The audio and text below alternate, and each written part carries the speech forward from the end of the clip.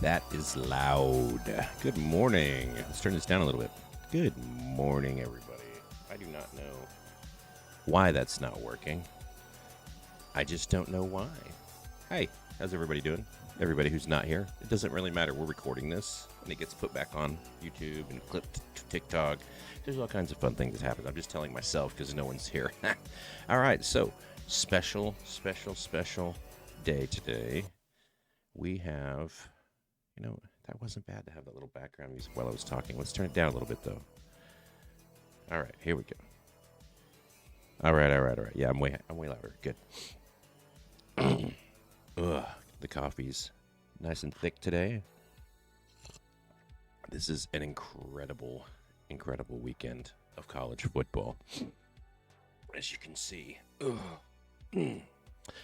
So, we have a special guest today. I'm super excited about this. He's never been on the show. His name is LaShaun Pryor. You might know him as LaShaun Pryor on Facebook. He's on. He's done CBS Sports stuff. He's done Fox Sports Oklahoma stuff. He does national things. He does regional things. He's incredible. He's just the coolest dude ever. Unfortunately, he's a Texas fan. Not just kidding. He's a great dude. Great dude. This is one of those things that, even though he's a Texas fan, he's a great dude. So he's going to come on here in just a few minutes. I'm super excited about it. We're going to talk some football. He's extremely knowledgeable. He's gonna help us with our picks today. I've got to get my notepad, though. I've got to find my notepad. That's not very good on my part. Let's go off with the music here. Oh, there we go. Off with the music. I've got that stuff pulled up. I got a thing. Sean, test. Sean, test. Hey, he's in the chat. I was just explaining to the chat, a.k.a. myself, in the future, that this is really just for TikTok and for YouTube and all that stuff. So if we don't have any viewers, that's totally okay. But I'm going to go refill my coffee, and I got to get my stuff here. And then we will grab Sean, and we're going to do a Zoom call here. Let me see if I can join that. Oh, crap. I hate it when that happens. All right, let's undo that. Let's go back here. Sure. That would be even better.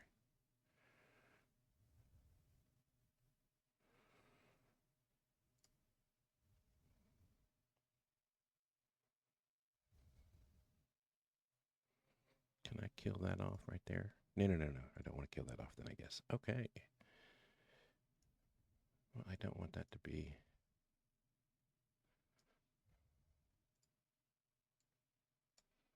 Can I put that down there? Okay. Failed to detect my speaker. Oh, my headphones are off. No, they're not. My headphones are on. I don't know. Okay, test mic and speak. Oh, you know what? Because I need to. My microphone is not that one. It's this one. Ha ha ha ha. Speaker is going to be that. Right? Yeah. Test. Yeah, we're good. Okay, so that's cool.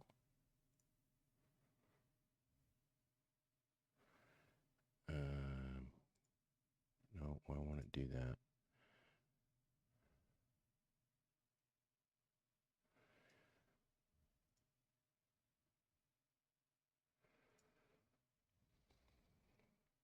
I don't know how we're going to do this.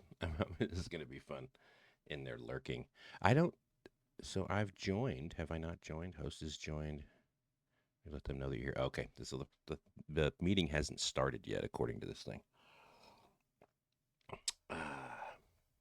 In here lurking. uh,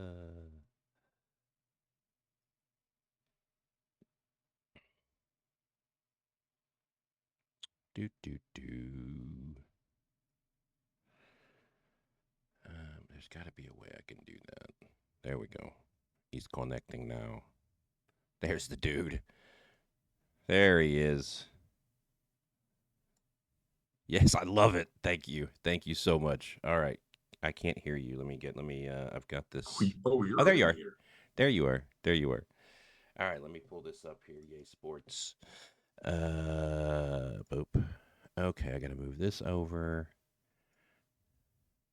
I was going to do a big thing, but, hold on a second.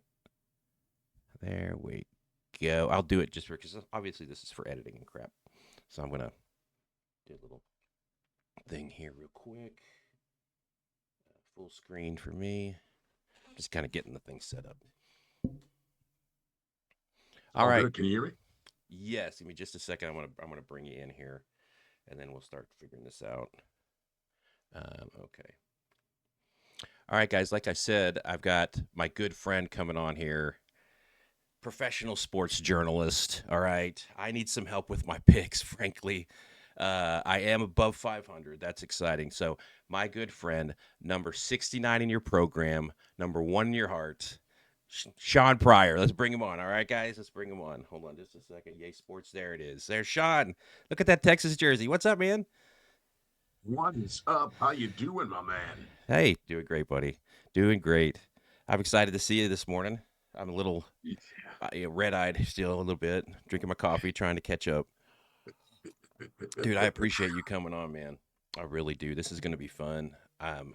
It's all kind of shoot from the hip in the morning, and my brain still hasn't turned on yet. So I just go through, one by one, and just, I'm hoping that you can give me a little bit of expertise here, and I tell everybody this is all just for fun. We're not betting. We don't want to lose money today or any other day. So let's just have fun and enjoy the football, and it can be fun without losing money. Okay, guys. So, but all right. So I've got my stuff set up. Hold on a second. I gotta fix the mood lighting here. Ziggy, turn lights red. There we go. A little crimson for you there, buddy. Nice. What happened to your camera there, man?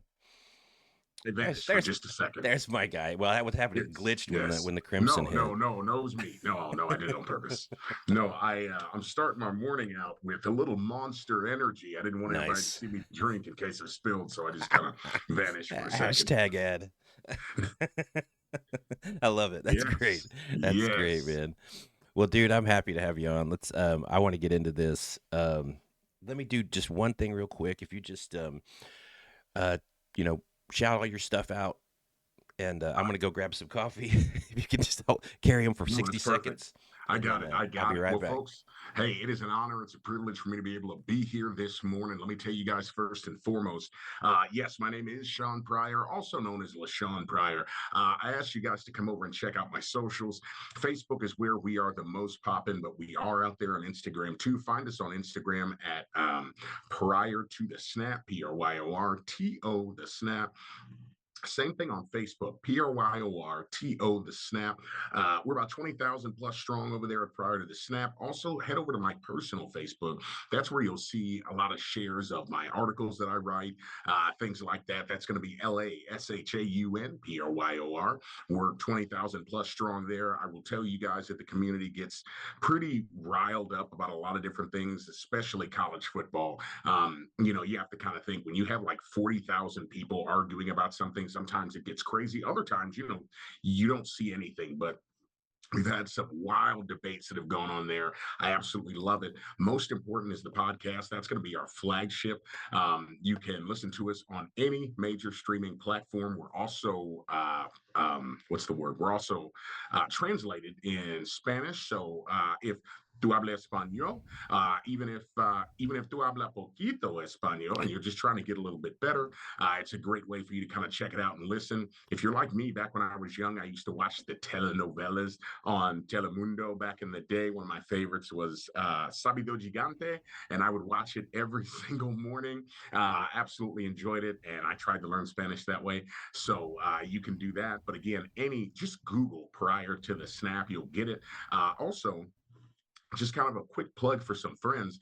This morning, you can listen to me on 105.3 CBS Sports KIND HD1. I'll be on there this morning. Swick and D Wright are two of the best guys for morning shows on the FM dial here in the Oklahoma City market. I absolutely love those guys. Me and D Wright, of course, we go way back. He's a psychotic Sooner fan. I am a psychotic Texas fan. And you'll see a lot of stuff between us. We also both work together for the Oklahoma City Dodgers down at the Chickasaw Bricktown Ballpark, where he runs AV, and of course I was on the mic, so I had an absolute blast. One more time just to plug them, and again, like I said, you'll be able to hear me as I help them to talk about the Texas game. 105.3 CBS Sports KINB HD1. Again, Jay Swick and D Wright, just two absolutely amazing guys. Listen to their morning show; they're awesome. You can also hear them on TuneIn Radio. You can also hear our show on TuneIn Radio. So if you decide, that's between the hours of 7 and 9 a.m. That's awesome, dude. What a pro. I love it. I just like, hey, man, can you just carry him for a second? You're like, yeah, I got like 5 minutes. You're good. I love it. I love it. Hey, man, so I want to get into this stuff. Like I said, May I, I just may I kind of, real quick, absolutely, make a 100%. quick disclaimer. Now, some of you may be a little bit judgmental because you're going to see me reading some. That is because there is no way that my brain can hold all of this all at once at this hour. Second, some people are going to be a little bit upset with me because I did not go very in depth on certain games, the big ones, obviously. I want to preface this by saying, and if you ever listen to the show, you'll hear me talk about it. Big 12, listen, you guys have got a lot of work to do, okay?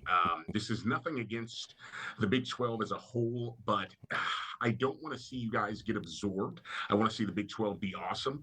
But right now, the product has forced me to not be as in depth. And so I say, if you don't want to go the way of Kalivikov and what he did to the Pac 12, I would say that you need to stand on your commissioner, whose name has suddenly dripped out of my head. I like to call him the used car salesman of the Big 12. Can you film that again? Huh? No, What'd you say? no. Sorry, I didn't mean to interrupt you, buddy. Oh, no, you're fine. But You're no, I fine. was like, wasn't he the guy from like New Jersey or something? Or like, Yeah, he has a brother that I think does something with like sports and radio and all of that. And he's a twin, actually. He's a twin. And I just hate that his name has run out of my head at this very early hour. But yeah, no, you guys need to lean on him so that you guys don't go that direction. And I say that with no disrespect. So, all right, man. I'm going to do that just a tad. There we go. I'm working on levels here too. Just looking while we're talking. oh, because you've got this powerful voice, you know. And I'm like, all right. I've just got this. Hey, how's it going this morning? Yeah, baby. What is his name? While you're doing that, I am looking up his name because I feel terrible that I can't remember. Brett Yormark. Yeah, Brett Yormark is your guy. Yeah, stand on Brett Yormark and don't let what happened to the Pac-12 happen to you again. Kalivikov to me is such a cautionary tale. Yeah. Oh my gosh, the Pac-12. Oh my gosh. Yeah, it's depressing. I mean, that just doesn't even. So did. Real quick, because this is just me not knowing. Washington State and who was the other one? Oregon Oregon State. State. Yep. Oh man, they're just are they with anybody right now? Did they join a Yes, conference? Okay. so conference realignment should start popping in for them next year, and you're going to see teams like Fresno State, and I don't remember if Wyoming was able to get into it. I think they were trying. There's a few different Mountain West schools that are kind of going that way. I don't know the names of all of them, and I mean this again, no disrespect.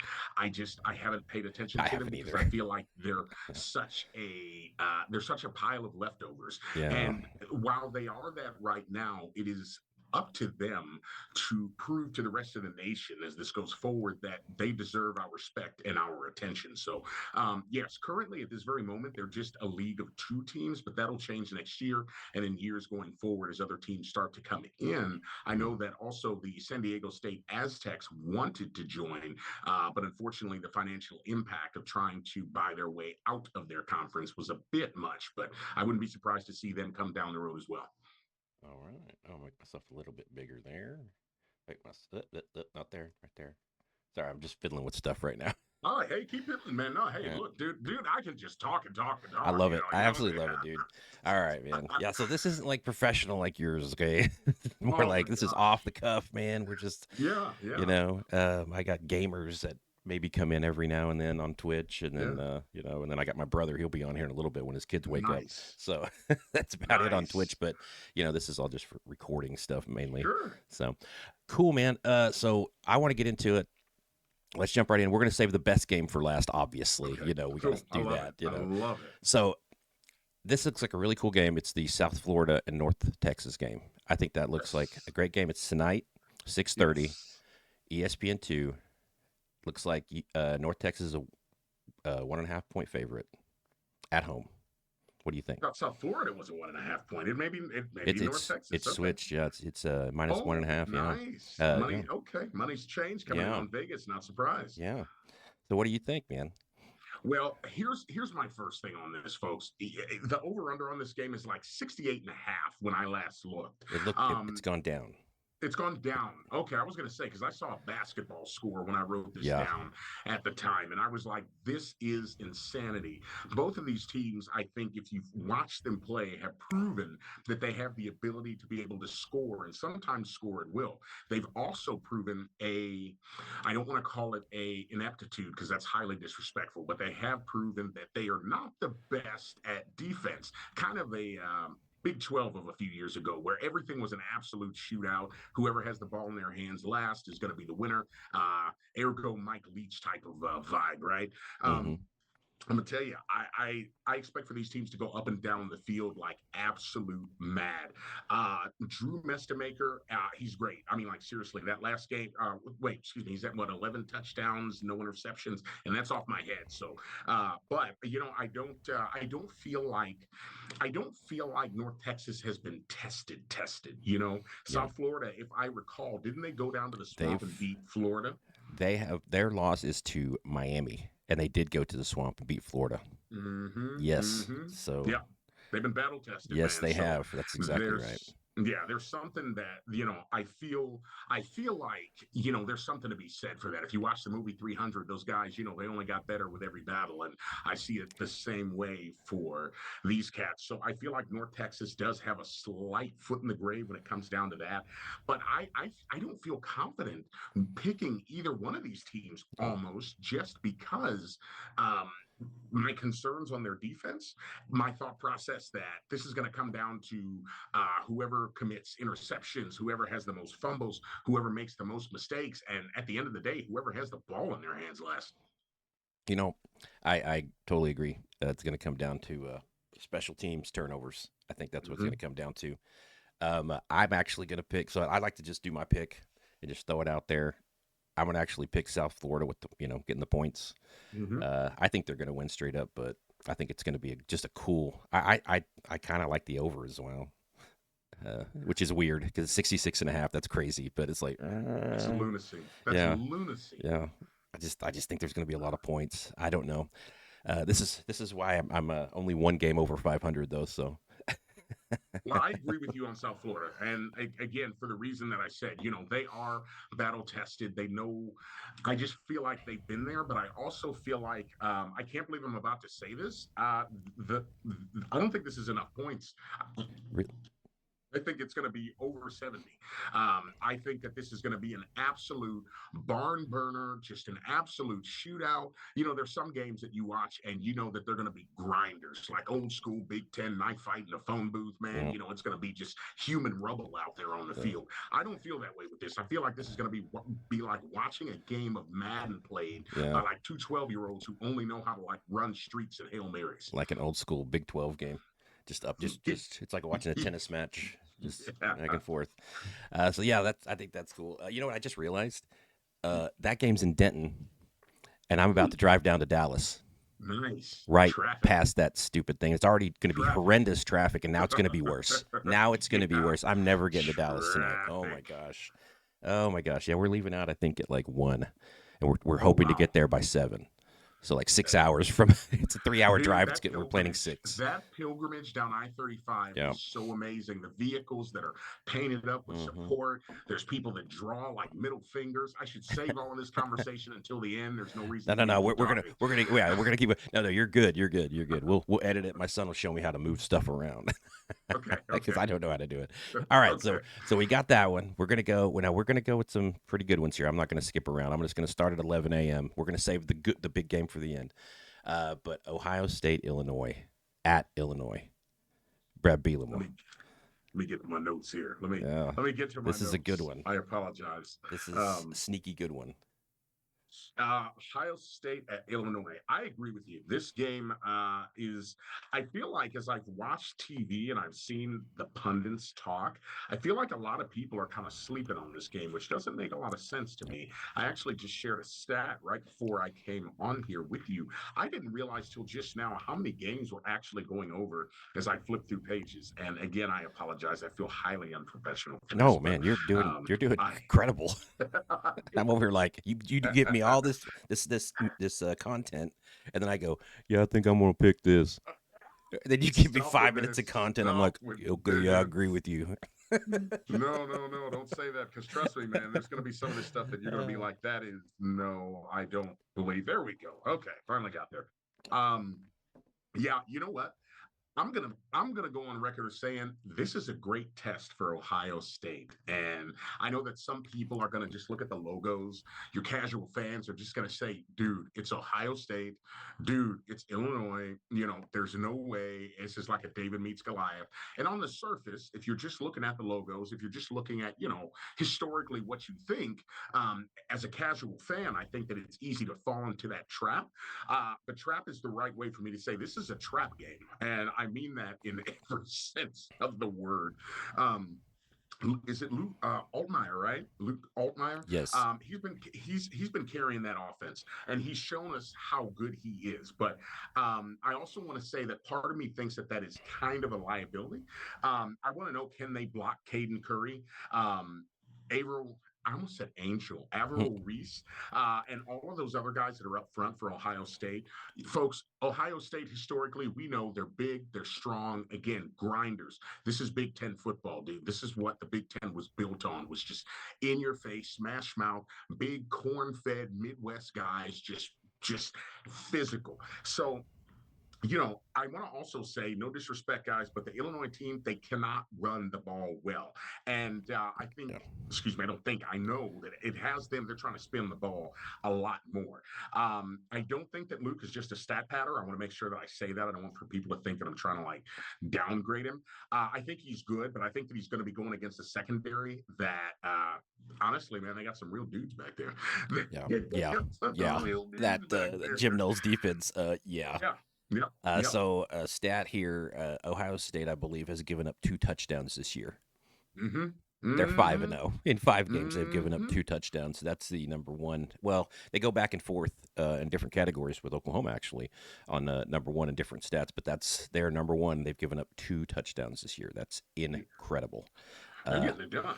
what's crazy to me, so Ohio State's a 14.5 point favorite. Obviously, they're going to be a big favorite, number one team in the land. Incredible. But the over under is 50.5. which I think is a lot of points for this game. I don't think Illinois is going to put up. I think they're maybe put up maybe 10. You know, I'm Maybe. I mean, here's the trap for me. Obviously I'm picking Ohio State to win. I mean, there's yeah, no yeah. question. My issue is with the physicality and the desire to play spoiler Mm, can cause injuries. Take that from a guy that has played on the line before. Man, when somebody doesn't care, and it's not that they don't care if they win or lose, but they care more about just spoiling your day. A lot of things happen down there, from chop blocks to there's all kind of stuff that happens, man. And as you get deeper and further into conference play, man, you need your guys healthy. And there's nothing worse than offensive linemen with knee and leg mm. injuries. And I'm not saying, obviously that they're going to be headhunting and doing bad things.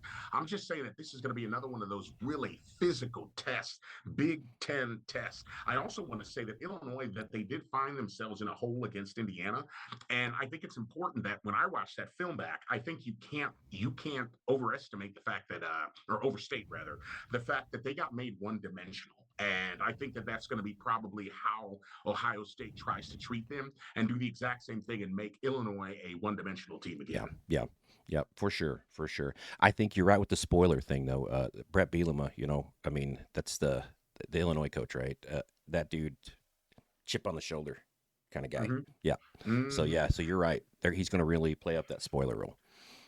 If I can show some love real quick to Mhm. Julian, saying, dude, that cat is Mhm. absolutely elite. Yeah. I mean, and look, he's got the weapons. You got Jeremiah Smith, you got Carnell Tate. I mean, there's all these guys back there. And I love the fact that his name is Julian Sand, because for those of us that are Dragon Ball Z fans, all you got to think is like, Illinois is thinking that they can bring together the power of perfect cell, that they can get that Frieza action going. But at the end of the day, you cannot stop a Super Saiyan, and I think that's what's going to happen here. I think that this game by the second half is going to absolutely be just a train just taking off. How did Johnny Cash say it? I hear the train a coming It's around. around the That's what it's bend. going to be, folks. So give me Ohio State straight up.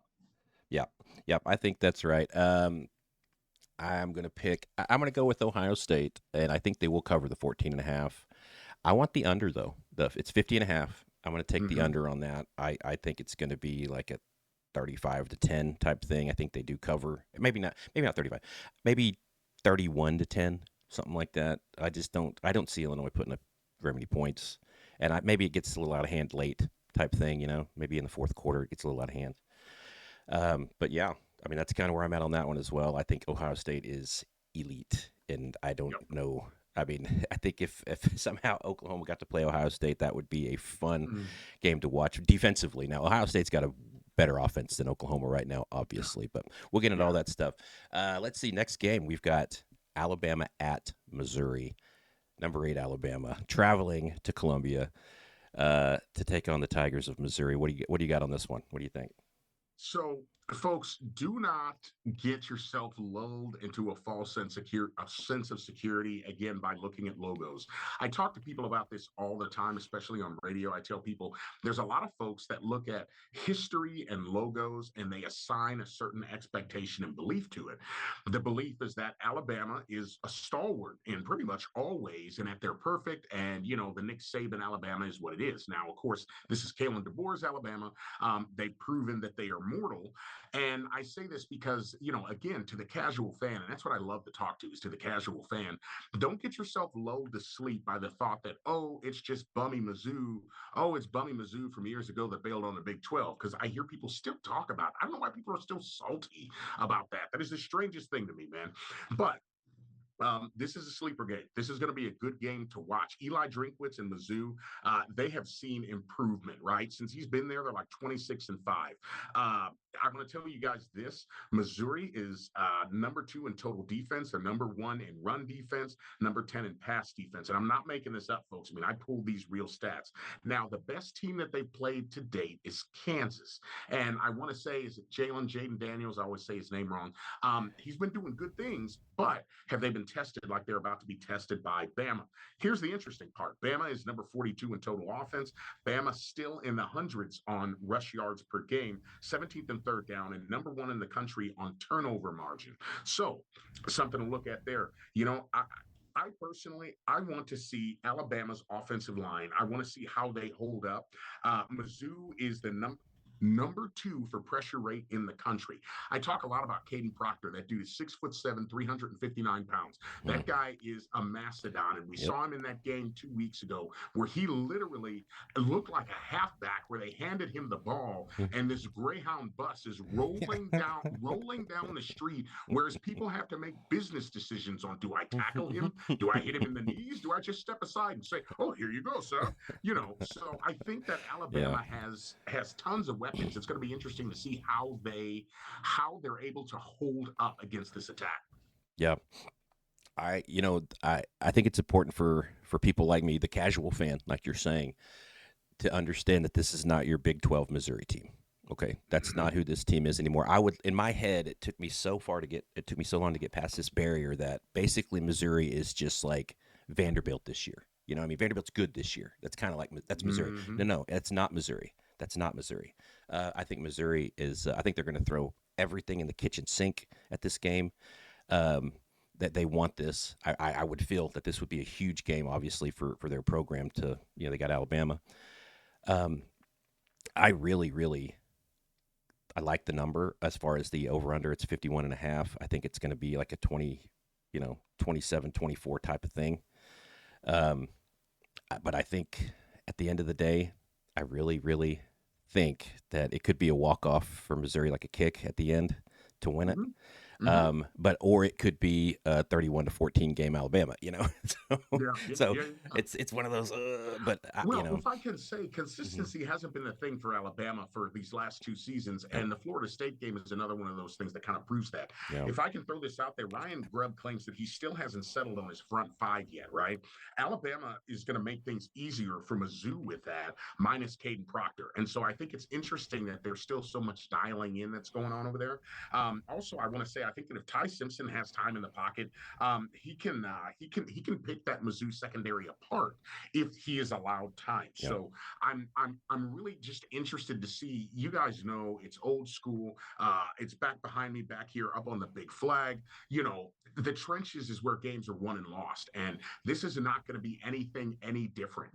If you watch, and I hate to bring up OU here, but if you've watched a Brent Venables defense, right, and I have no choice as a Texas fan, as an analyst, and as a human being, but to give the ultimate respect to Brent Venables for his defense, right? You see so many stunts and twists and edge rushers that are coming from absolute directions. This lack of fear to not only stack the box, but to literally send the house and leave the secondary vulnerable as hell, just because you believe, that I have guys, I have dudes, and I think that it's going to be interesting to see what kind of disruption can be done by both defenses, how much penetration they can get, and literally how violent they can be. I mean, this needs to be just a game of the thought of strip, strip, strip, man. Every chance you get, punch a ball out, put a helmet on a ball, because that's going to be probably one of the deciding factors in who wins this game. yeah, yeah, yeah, definitely, definitely another one of those You tell me if turnovers. I'm Yeah. talking too much. No, no, no. You're doing great, man. You're Okay. exactly what I Okay. wanted. This is exactly what I Okay. wanted you to do, man. Is Okay.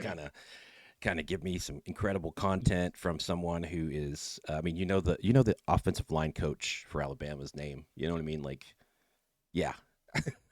I don't know that you're saying some names. Like, obviously, I know Yeah. who Eli Drinkowitz is. Obviously, Yeah. I know who Yeah. Kalen DeBoer is. But you start Yeah. getting into the position coaches for teams that aren't OU, and I'm just like, I I have got you. no That's all idea. right. Hey. So that's awesome, man. I'm super happy about that. That's super. Just so much information is very cool. So my pick on this game, let's see. I'm going to go. Uh, Man, it's a tough one, man. It's I tough. what It's really big, sucks man. is I'm going to be, right at this time, I'm going to be making my way, into the, through Dallas, trying to Mm-hmm. get to the state fair. Mm-hmm. We're probably going to Uber over or something. Oh, we lost you. We lost your visual again. Oh, hang on. Hang on. Hang on. Here we go. Sorry about So that. so that's what kind of sucks about this. I want to watch these games and I'm not going to be able to. Yeah. Yeah. Yeah. So, Yeah. We so radio. what's that? You have radio? There's Well, radio in yeah, the I mean, I car, can and listen to them, but it's like it's not the same. I'm there's sitting something and watching and primal, man, studying it. dude. Yeah, That's so primal. I yeah, find myself as and look, I am biased in the sense that I call football games as a color commentator, but I feel like there's something raw and primal where you're dependent on hearing the voice of those commentators as they call it out. There's absolutely nothing better than, as you hear him, as you're like, he's at the 40, he's at the 35, he's at yes. the Oh 30, my God, and it's so, yes. yeah, it's so It's so primal. good. Hence why Gus, Oh, I is it, love Gus. I was just thinking of Gus. Oh my God, I was just thinking of Gus Johnson. I love yes, that man yes, so much. yes, Oh, you yes. love. He's the guy that you love him when your team's winning, and you hate his Yes. guts when your Oh team's my losing. gosh. Oh my Yes. God, he's so Yes. good. I love him so Yes. much. And with radio, you get to picture it. And so for Yeah, me, I love that primal feel of radio because the connection is so intimate and it's different. And in a world where everything is so visual, I think that's why I choose to do a podcast where there is no video, just because there's something yeah, of like, it's just that raw yeah, voice. yeah. But. Well, and it's your imagination. Mhm. It's always funny to when people like meet you. I imagine because they've never seen Oh, you, yeah. and they're just Oh, like yeah. they go, It's always weird. "Oh, hi up there." Yeah. 100% It's a always giant wild. man. Yes, yes. It's Oh always man. weird. So I'm gonna go with. I'm actually gonna pick Alabama in this one. I am gonna pick them to win the game. I do think they cover. Um, I think it goes. I think this game actually goes over the 51 and a half. That's what I'm gonna pick. Mhm. Um, so that I wish I could just watch it and just sit down and study it and just see Yeah, it and yeah. it's so good. Next game here we got Pittsburgh at Florida State. 2 3-2 teams. FSU's a 10.5 point favorite in this one. It's a big number, 56 and a half. What do you got on this one? I want to say this to start. This, in my opinion, and this is me, this is the most important game in Norvell's career. That's just Yeah, me to you guys. Folks, I mean, there are already people in Tallahassee that are saying that the Alabama game, that win was a fluke. Okay, there are people that are saying that it was an off game for Alabama, that Norvell got lucky, just all kinds of stuff. And look, like a lot of fans of big schools, people can be very fickle, yeah, and this is no different. I think that Florida State is a very tough. I think they're a very physical team. Um, and I want to openly say that I think that they got beat by a very scrappy, very hungry Virginia team. I cannot overstate that.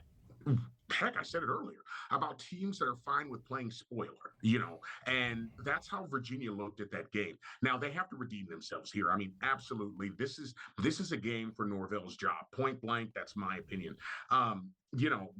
The offense has to get back on track here for Florida State. They came up short against Virginia. The irony for me, it was that very end of the game where they started to get things together, but it was too little too late, right? If they had like a fifth quarter, well, yeah, of course, they could have pulled it back together, but that's not an option. yeah, And the Pitt QB, he's making his very first real start as a freshman, if I recall. Or, yeah, I think it's very first start. I'm going to tell you right now, Tony White is going to scheme the heck out of this kid. He's going to make him as uncomfortable as possible. Mason Heinkle, I believe is his name. That's just coming off the head. So if I'm wrong, please don't crucify me. Now, this is going to be in an atmosphere that's going to challenge him. It's going to make him uncomfortable. And I'm really interested to see, again, how the kid works under pressure, or do they try to keep this ball on the ground?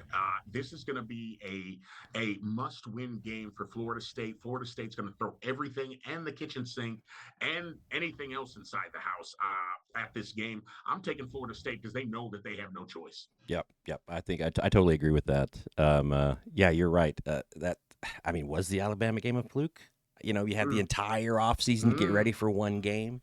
mm. I'm just saying. I've seen that back when Bob Stoops was coaching OU back in the early 2000s, where some team would randomly come in and give us a hell of a game for the first game. Well, yeah, they just practiced for 7 or 8 months for Exactly. us. Yep. Yep. So I actually have on this one. Totally agree with you, Florida State. I actually have them covering the 10.5, which is that's a big number. So I'm always scared of that stuff, and I do have the over. It's 56.5, and I've got like a 35-24 game, probably. 59 Mhm. points, something like that. So yeah, I mean, I think that number. I think the numbers are really good. I just think that I think Florida State's gonna take care of business. It is an early game, Absolutely. out Mhm. there in Partyville. So we'll see how the fans Yeah. show up if they wake up early. I mean, of course, it's a noon game for them. Like I think they're East Coast. I mean, Eastern. yeah. So Yep. let's see here. Next game, 11:45 a.m. Washington State at Ole Miss. Ole Miss is a 31.5 point favorite, 58.5. I don't know if you can have a big enough number for this game. What do you think? Uh, this is going to be one of the ones that I told you. There's some of these that are short. This one's going to be really short. This is going to be an absolute trouncing. This is going to be a mollywop. This is going to be just human rubble spread across a football field, folks. I'm going to tell you guys right now, Ole Miss. Look, Lane Kiffin and boys, just start fast. Run the score up early so that you can sit your starters down and you can rest them for the next game. You got Oklahoma coming up here soon, all of that. So basically, I'm sorry, but Washington is an absolute shell of itself. Yeah. That just they. It's just, I mean, there's not much that I can say. It's funny. I think that without, if I recall, and it's weird that I'm trying to remember, did Mateer and Ben Arbuckle both come from Washington State? Yes. That's what I thought. I was going to Yes. say, yeah, it's funny how you can pluck certain pieces out of a system Mm. and how when you do that, literally the spokes start falling off Yeah. the It just wheel until the decimates wheel them. is flat. Yeah, yeah. So Hmm. their wheel is flat. There's absolutely, I wouldn't even try to pick the number on this because Lane Kiffin and company, Yeah. they can do whatever they want. Yeah. Literally just whatever they want. Yeah. The only thing that I look at as far as the numbers go, obviously Ole Miss is going to win the game. I don't have any doubts Mm-hmm. there. Georgia, Ole Miss has Georgia next week, and then That is Oklahoma correct. after And then that. Oklahoma. Yeah, Yep. so it's like Yep. they've got. I mean, this could easily. I'm not saying be a trap game for a loss or anything like that, but this could, as far as the number, this is one of those. Obviously, the numbers are insane. 31.5 points. I wouldn't bet that ever. Obviously, I'm not betting any of this. Just so y'all know, we don't bet at all. This is for fun. But if I were betting, I would not bet this game at all. Maybe the over, 58.5. I might take that, but definitely not that number. 31.5 is insane. But yeah, Ole Miss rolls. I Yeah. think they. I mean, it could be closer than you think just because of the Georgia next week and Oklahoma right after that. But I think 100%. Ole Miss rolls. Next game, another great game. Great game. Indiana at Oregon. Holy cow! I think this is going to be. This might be the game of the day, other than the real game of the day. You know, Oregon is a 7.5 point favorite at home against the Hoosiers. Total is 53.5. The over under. What you got on this one? This is going to be a good one. I'm going to say something that has something to do with the tail end of what you said in that last pick, and I Okay, apologize for, but just one go click right ahead. backwards Go here. right ahead. We'll click back. I want to say it's funny as you were talking about sports betting, so important. I want to mention we can't even really technically sports bet here legally because Nope. of the geofence. We are geofenced here. I only mention it because I Yep. was around the Kansas border yesterday, and it's funny when you cross the border, you can actually sports bet because you're outside of the Yep. geofence, and then once you come back in. So, but I was just going to say as well as you were talking about betting that yeah, we can't bet even if we wanted to. So, Yeah, I figured that out last year, and oh, then wow. I was like, why can't I was like trying to do that, Yep. and then I couldn't, and then Yep. like I would have ended up losing. So I was like, oh, thank God I couldn't do that. Yep. So I was like, Yep. this A I lot don't of bet. people have learned that the hard way. I've I had people walk up to me like at a Yep. remote and be like, "Do you know why this is?" And I'm like, "Have you ever heard the words geofence?" Yeah, Just talk I was like, about how they're wow, getting you. Yep. wow, that's just Yep. crazy. Yeah, Yep. yeah, that's Oklahoma has a insane. shot collar on it. It really does. It's sad. It's a sad deal, Yes. but it saved me money, so I really can't complain too much about it. So, There you go. There you uh, go. Okay. Sorry. no, Back you're to good. Oregon and Indiana, man. Yeah, My bad. So as far as my opinion on this, this is absolutely a barn burner of a game. If you are a betting degenerate, while I ask, like he said, that you not listen to us and bet off what we're saying, this is a game that you're going to have your eyes plastered to because this is going to be just absolute. This is going to be cinema. It's going to be awesome. Dante Moore, our QB for Oregon, Fernando Mendoza, the QB for Indiana. They're a couple of the best QBs in the nation right now. Whether you believe it or not, they absolutely are. Now, if I recall to what I saw, Oregon is favored total. And it's interesting, Indiana is going to be competitive. I feel like, and you tell me if you agree with me on this. I feel like Oregon has a tendency to get a little bit lethargic in the second half of games, unless your name is Oklahoma State. Right. And so Oregon's defense is Yes. good, Yes. but I don't feel like I know That's that awesome. that I love wasn't it. even necessary, right? Yes. But but I This is feel why like we get along, my friend. This is why OU Texas tomorrow, and we're sitting here crapping on Oklahoma State. I Oregon, love it. Oklahoma State still just getting shots, man. Um, so I feel like Indiana is more explosive than Penn State, right?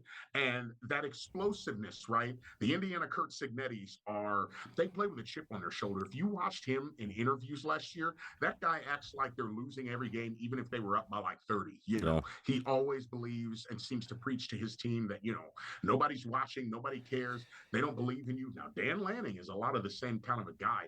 Why does that guy always look like he's been busting fat He's rails? Like, angry. I see that guy and he's like, He's I'm like, intense. Love it. Yeah, he is intense too, bro. Yep. he's something Yep. else.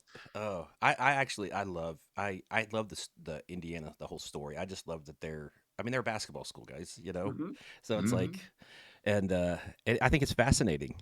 When you get a coach like this who takes a basketball school who is really, they haven't been very good since I think Kevin Wilson had them decent for a little bit there, but Indiana's not a traditional anything in football. So I think it's just fascinating to see. It's when some team it's like when Mangino at Kansas. You're just like this is just awesome.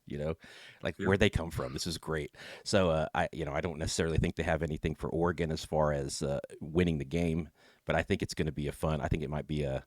I think they're going to put some points up on Oregon. Yeah. So uh, So Dante Moore, plenty of weapons. Ja'Cory Moore, plenty of running backs, and Mateo. I'm going to try to say it. Mateo Uyunglele and the defense are going to be a problem for Indiana. Like it's going to yeah, happen, but it feels like Indiana is going to have to score at will if they want to keep themselves in this game, yeah, especially in that first half, where again Oregon will just, dude. We have seen they are fine with some trickery, dickory, doc. They will do whatever. Like sometimes it is like watching. I don't even know. Like sometimes it seems like they run plays. They ran plays against Oklahoma State that I was like, this isn't even necessary. I'm like, dude, they're already it's dead. Like, why do you it's keep hitting yes, it? Like, yes, what's wrong yes. with you? Kick So, them, kick them more. dude, Keep kicking them. Oregon wins this game straight up. Like, I, Yeah, I yeah, truly believe that. But I feel like also this is an opportunity, even with, and I've said this often. There were good losses, right? For the Texas Longhorns, when they lost to Ohio State at the that's beginning a of the good year, loss. that's a good loss. Yep. For Indiana, if they lose to Oregon, if they lose and they're competitive, that's a good loss. Yeah. So this still comes out as battle scars that are still useful for Indiana and can help them to make a case that, hey, don't look at last year. We're better than last year. Yeah. Yeah. Pardon me. Yeah, I definitely. I think this could be a. I think something like a 41-24 game. Mm-hmm. Maybe at the end a little bit.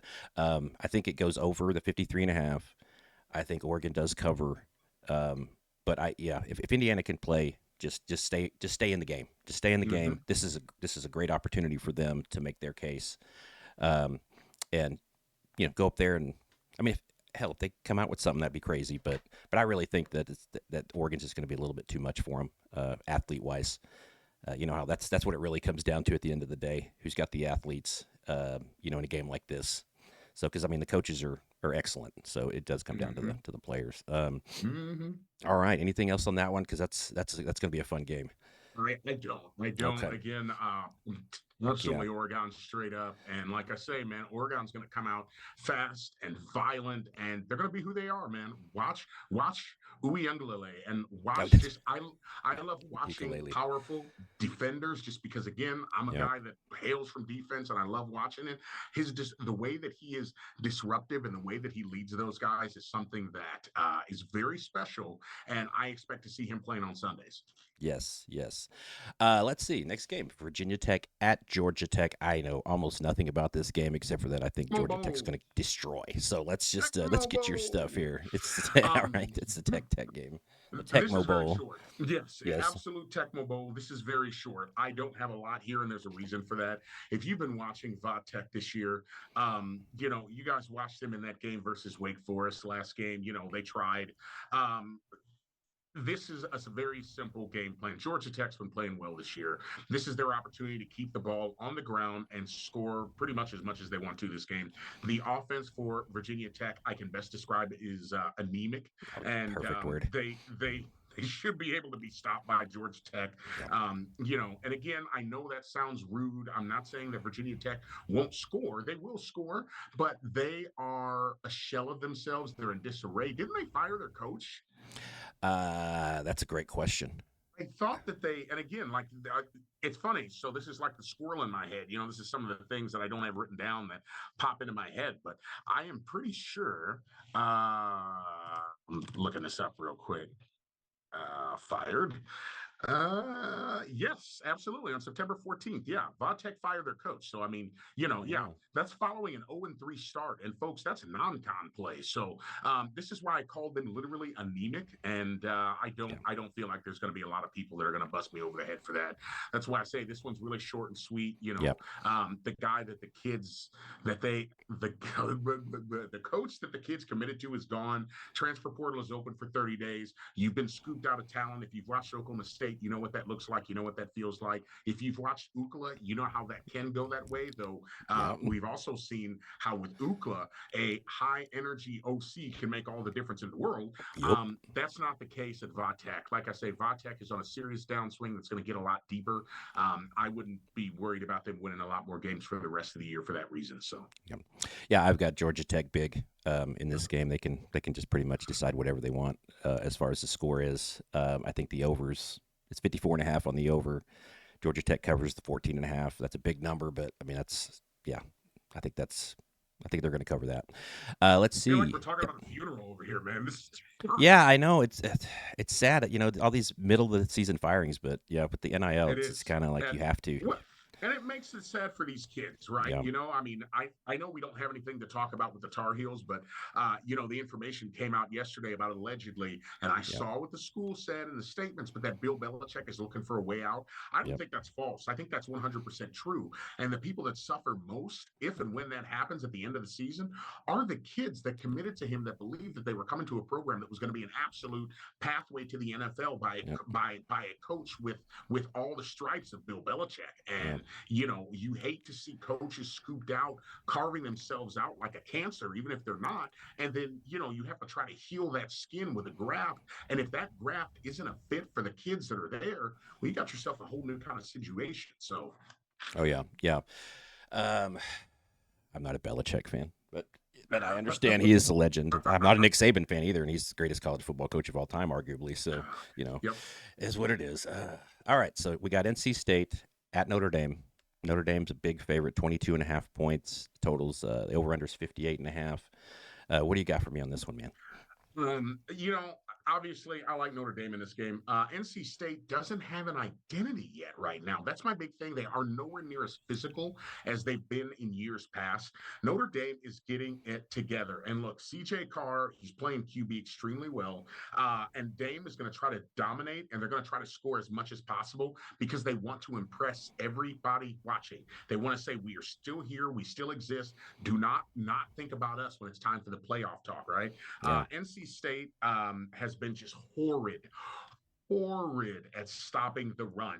And if you know the names Jeremiah Love and Jadarian Price, they're going to exploit the living snot out of that. Okay. That right there alone, if your run defense is terrible and you have those two guys that are standing there, it may as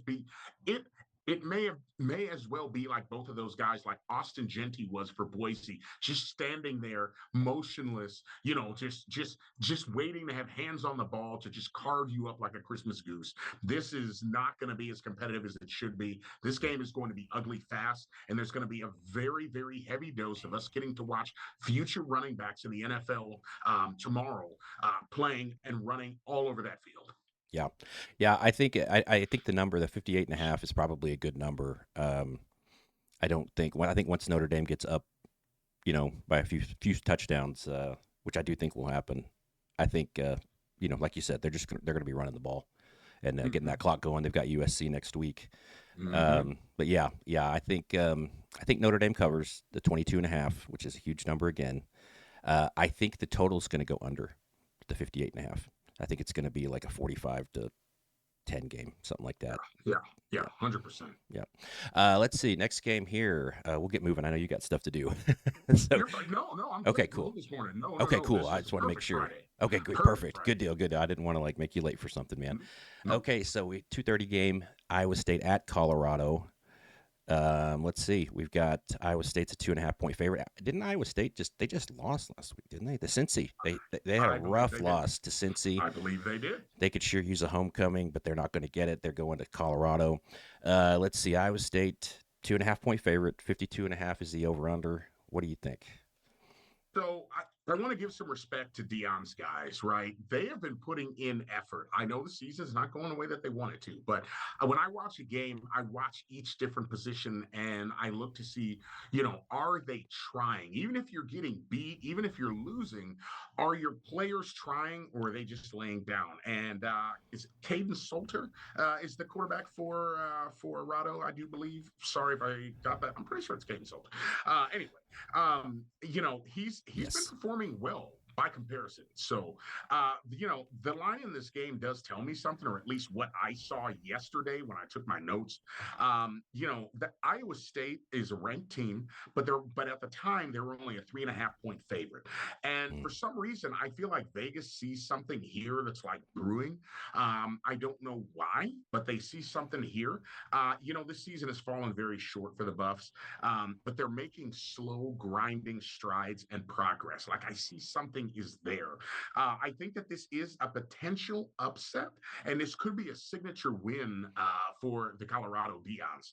I, I don't know. I got a weird feeling about this game.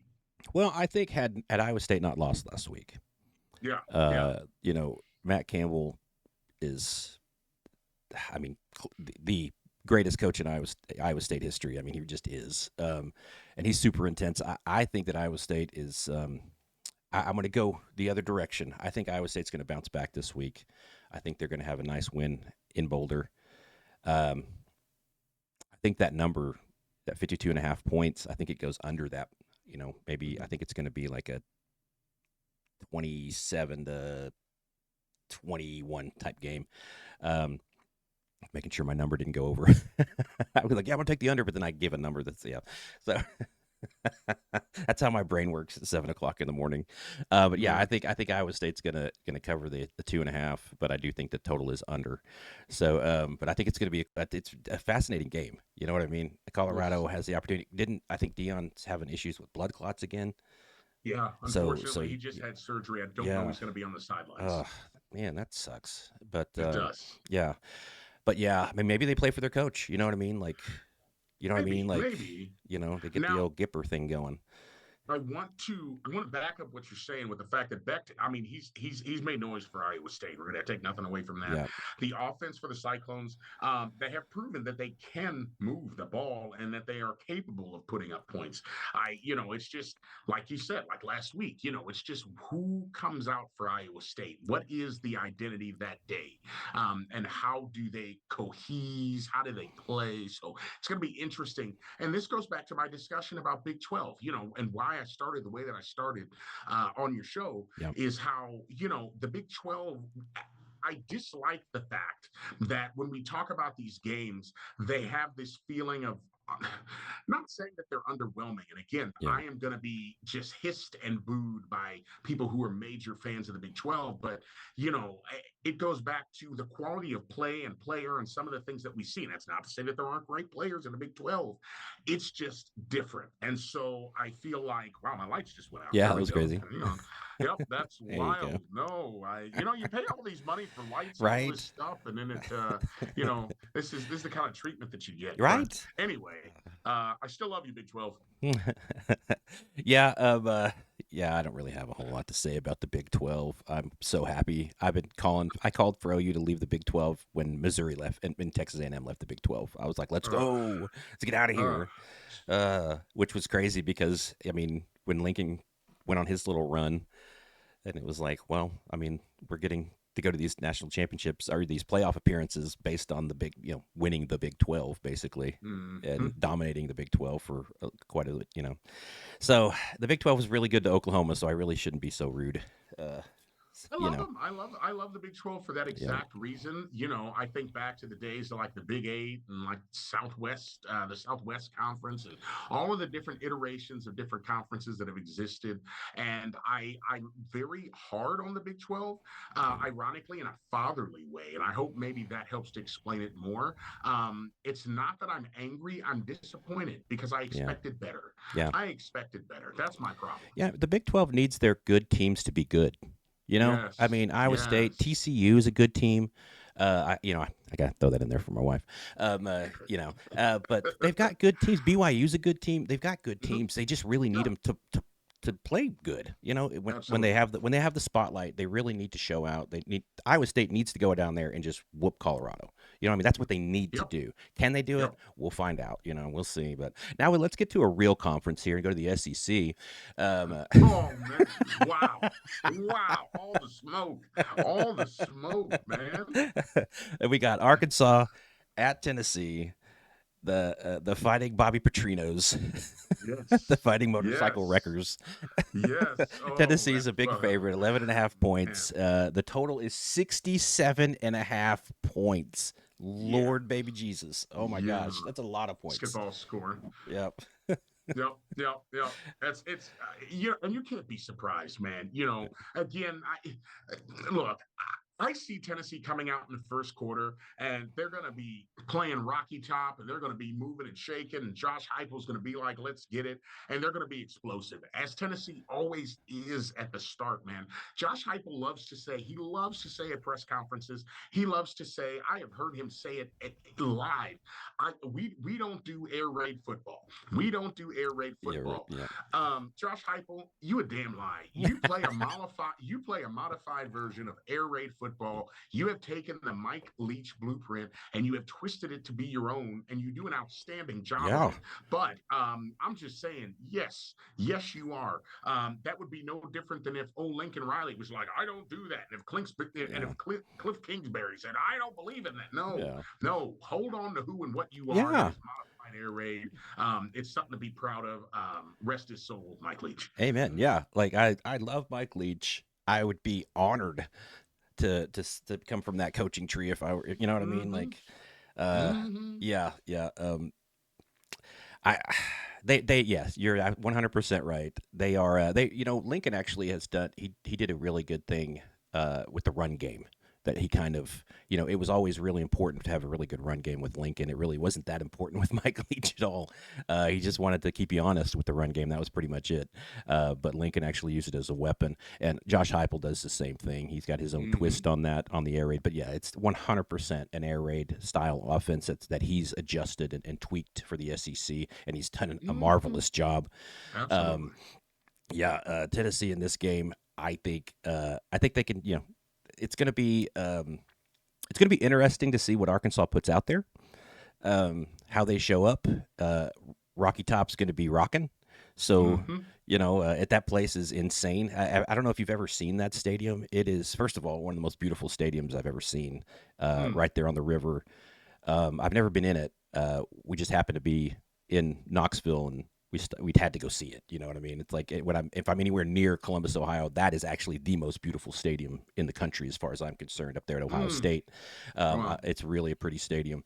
I'm weird like that. Being an OU fan, I've gotten to see the freaking octagon looking piece of crap that we've had for a stadium for 100 and something years. They just keep adding stuff to it and just adding Yeah. over here, Yeah. and let's add over here, and you're like, yeah, I can see where you added that. Yeah, I can see where you added that. It's like, ugh, I hate our stadium. If they would bowl in the stadium, kind of like an octagon bowl type thing, Yeah. that would be cool, I guess. But I don't know about OU. Anyway, sorry, I got on a tangent about stadiums. No, That's my bad. it's But that's just such because well. because they really are. Their fan base is rabid. They're incredible at Yeah. Tennessee, and yeah, I think that the fan base is going to show up for this. Let's see who Tennessee's got next week. Who do they have next week? Oh, they Uh, let's see, they just have Alabama next week, so Oh, okay. Well, so there you go. Yeah, it it's no big deal. couldn't possibly be a trap game or anything It's at a all. step over, right? Yeah. Yeah, so I'm not going to say this is a trap game. I'm sorry. Who's Tennessee's lost to? I'm sorry. I got to do. That's Georgia. Yeah. Okay. Yeah. Yeah. Yeah. Yeah. That's a legit loss. Oh, yeah. Good loss. Sorry. I can't believe I didn't just know that right off the top of my head. It was just a couple weeks ago. Um. Anyways, this could be a little look ahead game. You know, with Alabama next week. That's a big one. So I just like to think about that stuff. From Yeah. Yeah. the psychological aspect of all of it. I think the number 67.5. I don't think that's I don't think that's an attainable number. I think it goes Hmm. under that. I I agree. do think Tennessee covers the 11.5 though. I just don't know if Arkansas will be able to score. I mean, Bobby Petrino is an offensive mind, but you know, Man, I just want to say this. I'm worried for Arkansas. yeah, Bobby Petrino, this is my personal opinion. I think he is, as you said, an outstanding offensive mind. However, I don't feel like he's the type of leader of men yeah, that the young men today want or need. And that's just a personal opinion.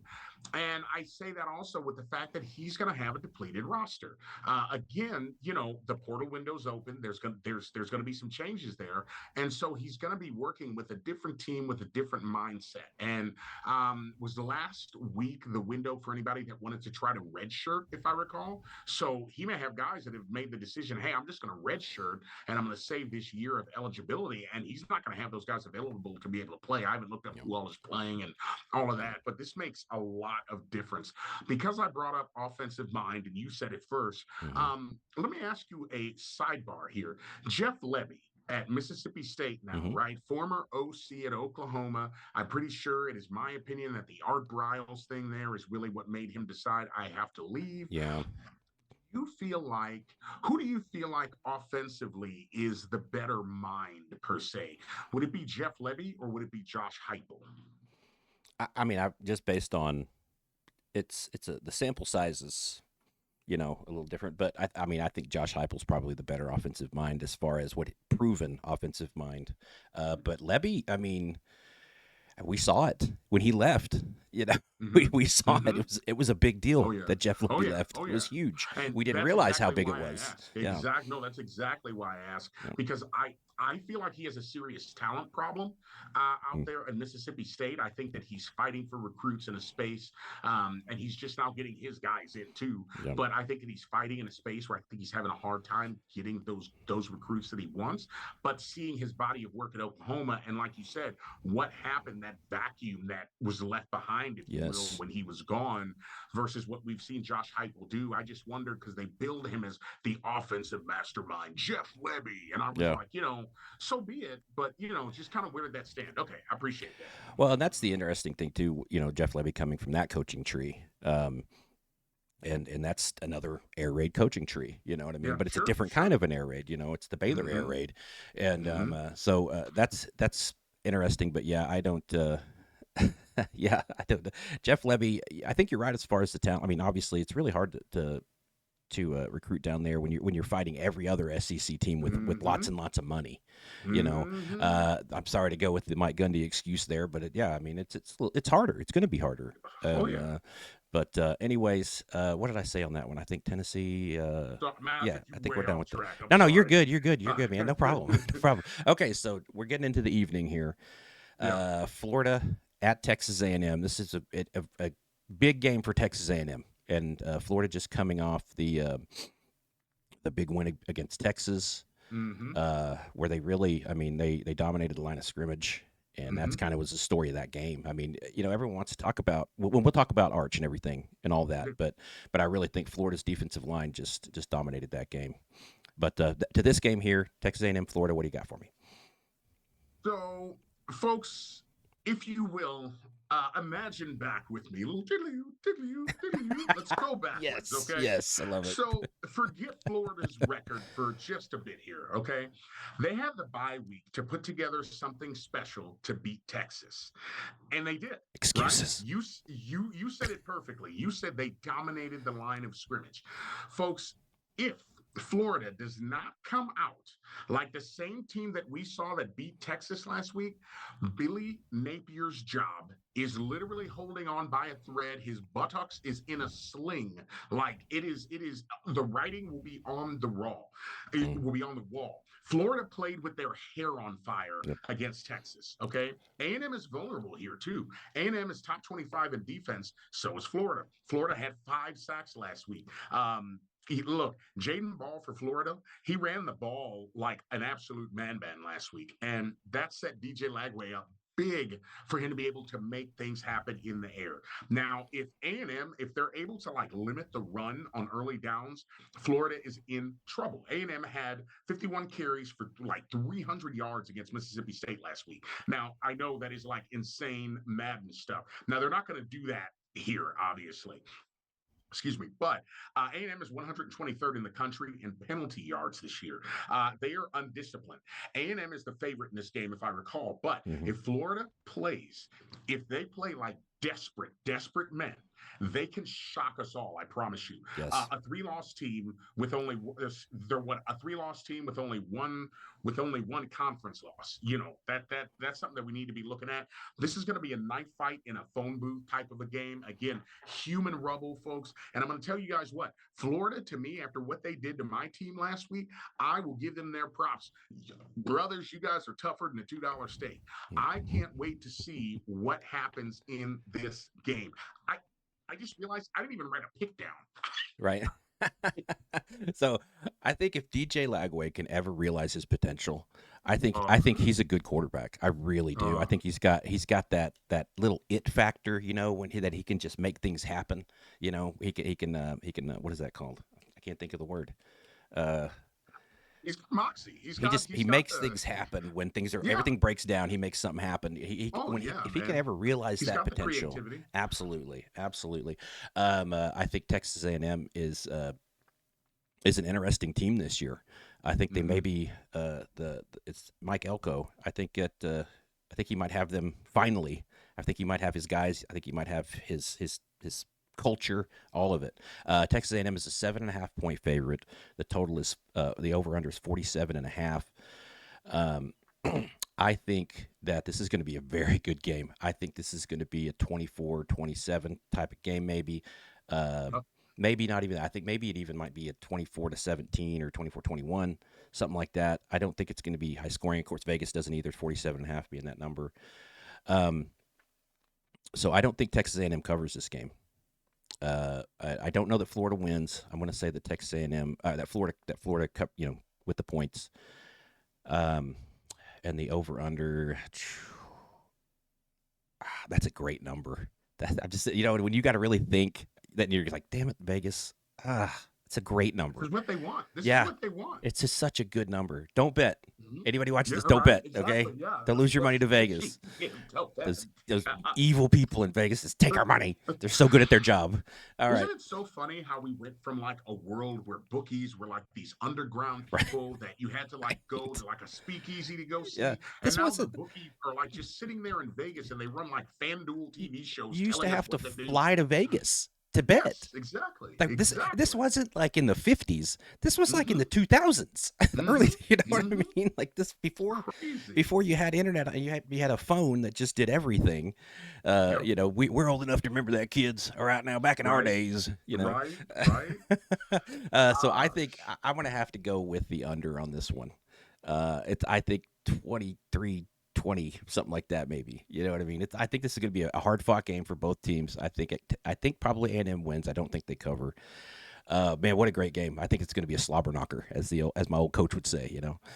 Absolutely. And Yeah. I'm going to just tell you, I'm just going to go straight up with Florida wins by like a field goal Ooh, because, like I said, hair on fire, man. love it. I believe that Florida is going to come out absolutely desperate. I think that they're sick and tired of the noise. I think they're sick and tired of the bad press. These kids, they look at social media, they see the stuff that we say, they see Hmm. what us pundits are talking about. So I believe that we're going to see a scrappy version of Florida that plays to not for the reason of, but by proxy. I think that they end up saving a job. They're going to save their coach's job. I think that's an awesome pick, man. We actually went against each other on that one. Cool, cool, cool. No, Yeah, I yep. think that's I'm a awesome. degenerate for that. Oh, no. I mean, I could absolutely see it happening, man. You know, we watch as much football as we have. I mean, I remember people, oh, this game's over. You know, it's like, no. The game's never Yeah. over until there's No, all no, zeros. The game is no. not over ever. True. Boise State OU, we've talked about this. It's Ooh, boy. never ever over. I will Uh, tell you that goes back to Nebraska and the Texas Longhorns yep, back in 2010, I think it was, for a yep, conference yep. championship. And they thought that the clock had run out, and it had not. So you are It is correct. never over. Oh my goodness. Next game here, we got Kansas at Texas Tech. Texas Tech, 14 and a half point favorite, big number, 59 and a half, but it's the Big 12, so that's kind of, par for the course. What do you got for me on this one? All right, I'm gonna try to be respectful. Big 12 once again. Like I say, I don't hate you guys, so don't hate me. Texas Tech is the deeper team here, right? They have more talent. If you guys are not aware, there is a large flow, concentrated amounts of medication for most sports in today's environment in college, and that would be cash. That is correct, folks. It's supposed to cure all that ails you. There's nothing like straight cash being influxed in to make you feel better. I say this because we saw what happened with the lady. I almost said Texters. That's a whole different team. With our lady Texas Tech softball team and how far they got with Yes. the Golden Arm, the $1 million softball pitcher, and a Yes. lot of money has been infused in concentrated amounts of cash all over all the sports to make sure that they do well. Now, I say this, but I feel like Texas Tech could not get it into the end zone against Utah, and they kept settling for field goals in that last game. I feel that won't work against Kansas. Kansas can be an explosive team. They have big strike plays. I mean, if you've watched them, you know this. This is a Kansas team that went toe to toe with Missouri, folks, and we know that Mizzou is a good game. I mean, we just had a very serious conversation about their game this week. Jalen Daniels, I mean, he's been healthy for Kansas. If you guys remember a few years back, his back was nothing but problems. And I was talking about back spasms, all those issues. There's a lot of red shirts. He's back again. Lance Leipold loves to be an underdog, folks, and he loves to use it to motivate his guys. That said, Texas Tech, they have one of the better defenses in the Big 12. I think that smart money is on Texas. But I think there's a potential that if Kansas can do what Kansas does, and if they can show up and if they can play with the heart, with the moxie, with the, again, hair on fireness that they played against Missouri with, I think that Texas Tech, excuse me. I think that Texas Tech is going to get a pretty serious run for their money. And I think that this is going to be a marquee game this weekend for the Big 12. Texas Tech's lowest total, I was just looking at it, is 34 points. Every other game's been over that. Mm-hmm. Texas Mm-hmm. Tech can put up some numbers. Joey McGuire he's got a little squad over there. Apparently, Joey McGuire, I don't know a whole lot about him, but what I do know is that he's a hell of a recruiter. I believe he Mm-hmm. was he at Baylor? I think he Feel was. like it, but I don't remember, which is rare because I usually have all this stuff memorized. But I'm Yeah, in a blender this but morning. he's an incredible recruiter and just a credible dude, from what I understand. Lance Leopold's put together. I mean, he's a great coach for Kansas. Another basketball school that has a pretty good coach. Texas Tech, I think if a Big 12 team goes to the playoff, I believe it's going to be Texas Tech. 100%. Arizona State's pretty darn good too, by the way, and Texas Tech, by the way, has them next week at Say what up, ASU. So Scatterboo. yeah, oh, Scatterboo. He did me Scatterboo, good dude. last night in fantasy, boy. Man, I bet that dude's awesome. He's just a nut. He's a Let me nut. tell you something, man. That guy. If you're old enough to remember He-Man and you remember the characters, right? All of the guys, He-Man and Orko and Mm-hmm. all those dudes. There was a cat named Ram Man. Yep. He had like a square head. He wasn't very intelligent, Yep. but Ram Man would just be like, Just right into just throw his head at stuff. Yo, Scatterboo. that is Cam Scatterboo. Cam Yep. Scatterboo, if you say, put your helmet on that guy right there, bro, Yep. he's going to try to go through him. Through. Okay. I Yep. watched him block on a run play, and I was like, this dude right here is a psycho. Like, He's a that dude loves football in a way that, like, any coach would pay to have a guy with that much heart. Cam Scatterboo is that freaking sophomore in practice that's going 100% in and you're just like, just stop. He's like a mosquito. Get off me, Yep. And You're he just slow runs you down, into bro. the ground. You're like, oh great, I'm the senior here, and I just got run Yeah. into the ground. Back to the Kansas Texas Tech game. We got off on that little tangent. I love our tangents, man. They're awesome. I love them. Let's see. I, I like Texas Tech here. Obviously, I think they're going to win the game. I think it could be a closer game than the experts here. Mm-hmm. I Absolutely. absolutely think I don't have Texas Tech covering in this one. They're 14 and Mm-hmm. a half point favorite. That's a big number. Mm-hmm. Yep. I think the total is a good total, right around 60, 59 and a half. I've got it going. I got it going over like a 34-31 game type, maybe. I mean, I think it's going to be Mm-hmm. a I closer agree. game. I think Lance Leopold. I mean, if he can steal this one, I mean, they're going to have a nice bowl. I Oh think man. they'll have enough games to get Yes. a nice bowl because I'm sure they got Oklahoma State somewhere on their schedule. They'll get another win. Oh yeah. Um, Yeah. Yeah. Yeah. Yeah. so Oh if they yeah. get this one, Yeah. you know. But yeah, that's kind of my pick. I got Texas Tech. I got Kansas with the points, Mm-hmm. and the total going over. Did I say Yep. over? Yeah, over. Okay, And I'm. huge game here. The Fighting Oh Jackson boy. Arnolds, Yes. Georgia versus Yes. Auburn. Yes. Let's see. How many Whew. sacks do you think Georgia gets? What's the over Oh under my on that? gosh, Uh, man. I how tell many you. minutes does Jackson Arnold hold the ball in the pocket, Uh, or actually just outside the pocket because he won't step up into the pocket? uh, So, that yeah, what poor do you kid. think? Yeah, That poor kid. Look, Hugh Freeze has to win. I mean, he has to win here. Will he? yeah, No, no. but he has to win here. They're going to want Cadillac Williams back ASAP, and I just found out that he's no longer with the Raiders. So, Auburn is 108th in total yards per game, 114th in pass yards per game, 113th on third down, most sacked team in all of FBS. Did they fix anything in the bye week? I seriously doubt it.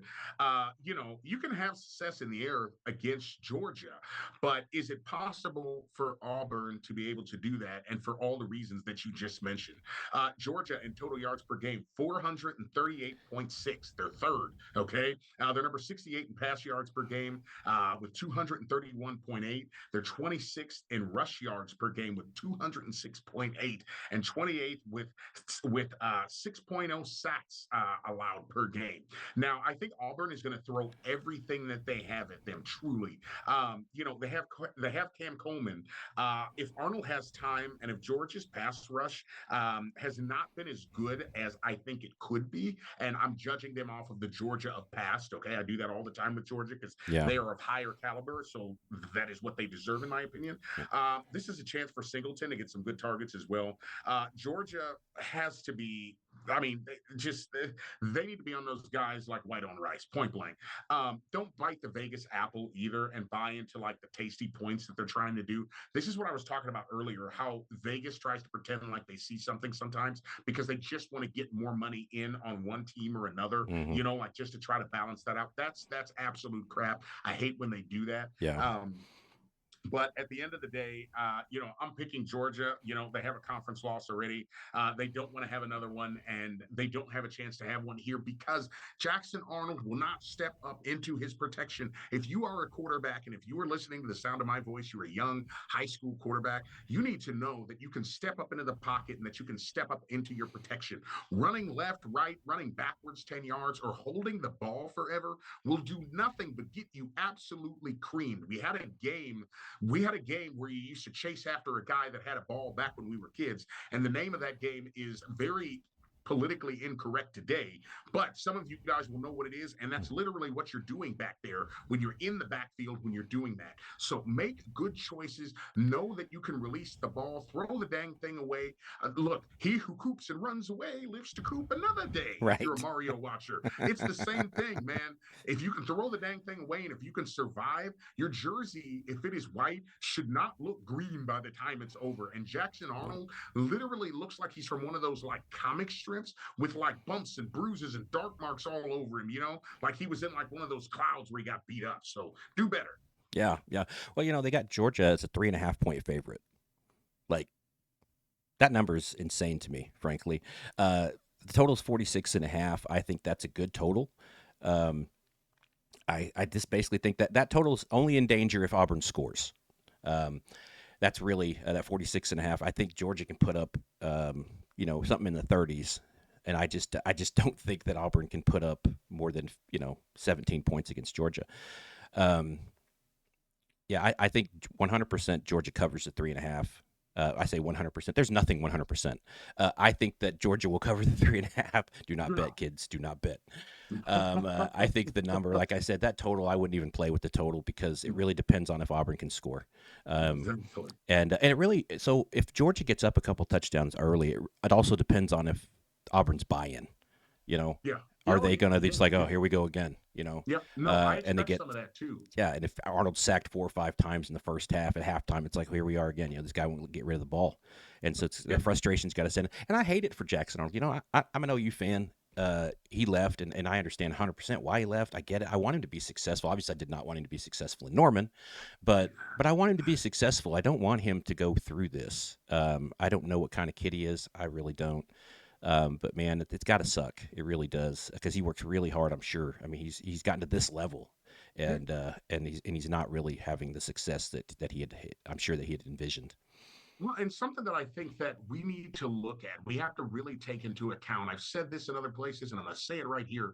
We don't actually know how good Jackson Arnold is. We don't. And I say that because our first time watching him was against Arizona State in a bowl game where he had to play because, all those people had left for Oklahoma 2 years ago, right? Hmm. Then we had to see him last year with a absolutely porous offensive line that couldn't stop a cold. And so now he's in the same situation with an offensive line that gives him a short amount of time, but it's still not enough. And so it has really shown how it's almost like an abused animal, right? If you get pets from the shelter and they're really standoffish at first because of the things that they've been through, Jackson Arnold is a lot of the same way in that he has habits now of holding the ball, of not trusting. Excuse me, he doesn't step up into his protection because he doesn't trust it. Because I feel like that's all he's known is, this line is going to collapse. I have to do something. And Yeah. at this point, I think that the kid is scared of contact. I think he's tired of getting creamed. Yeah, yeah. I mean, I don't think you're wrong at all. I think it's maybe a sports psychologist, maybe type thing, could help him get out of his head a little bit and see what. Mm-hmm. Because I don't think it's a knowledge issue. I mean, a quarterback that's going to step back, he's going to know where every single one of his receivers are supposed to be at a certain Yeah. time, and he's going to know what to look for based on. I mean, these guys at this level are so beyond anything that I can even fathom as far as quarterbacks and what they're seeing and what their knowledge is, and with the safety, what are they doing, and all that. I just think it's a mental thing. I think he's got a mental block. He just doesn't want to pull the trigger. I don't Yips. know, but it's crazy. Yips. The yips, exactly. Okay. Let's get to the Big Ten here. Michigan at USC. This USC is a 2.5 point favorite over the 15th ranked Michigan Wolverines. 56 and a Mhm. half, big number. I think that kind of shows you, and we're going to get into this here in a minute too, exactly what everyone thinks of Michigan right now. SC's being a favorite. What do you think? So, Michigan #2 in runs of 40 plus yards this year, #1 in the country in runs of 50 plus. Just imagine Justin Haynes just running, just sprinting. USC hasn't faced a ground game like this yet this year. Michigan doesn't have a wide receiver room, in my opinion, like what they need right now. Now, USC knows that Michigan has to travel across the United States for this game. One of the things that I and Lane Kiffin and others have taken very serious issue with about this level of expansion. I get that it had to happen, but I know this little sidebar. There is No, you're good. something that makes me horribly angry about the thought of a young girl who got herself a scholarship at USC. She's from California. She's playing in her home state. Her parents are not rich, but they make it to every game that they possibly can. And then she has to go to Rutgers, and she loves to have the support of her family that has watched her play and they've never missed a game. But mom and dad can't afford to transport themselves across the entire United States to Rutgers. Yeah, That is a failure, man. That is yeah, terrible, and it makes me ballistic and crazy because I love sports and I love parents that are involved and parents that can find a way, but it shouldn't bankrupt you to watch your child play and be at every game, man, especially yeah. when they're weekend games. So I'm Sure. sorry, that's sidebar. But You know, the USC QB Jay, I always say his name wrong, so let's just go with Jay. You know, he's throwing for over 300 yards per game. Yeah. Michigan is 59th in the nation versus the pass. We saw what Oklahoma did with them this year. I think that's a case study with Michigan. Yeah. They are human, and that's something that we have to try to remember there. Hill is a great corner for Michigan. I don't know that I feel that the other weapons can give the proper challenge to USC's wide receivers here, so I have some concern. The Oklahoma in the Oklahoma game, Underwood, he caught hell. I mean, he caught hell from Oklahoma.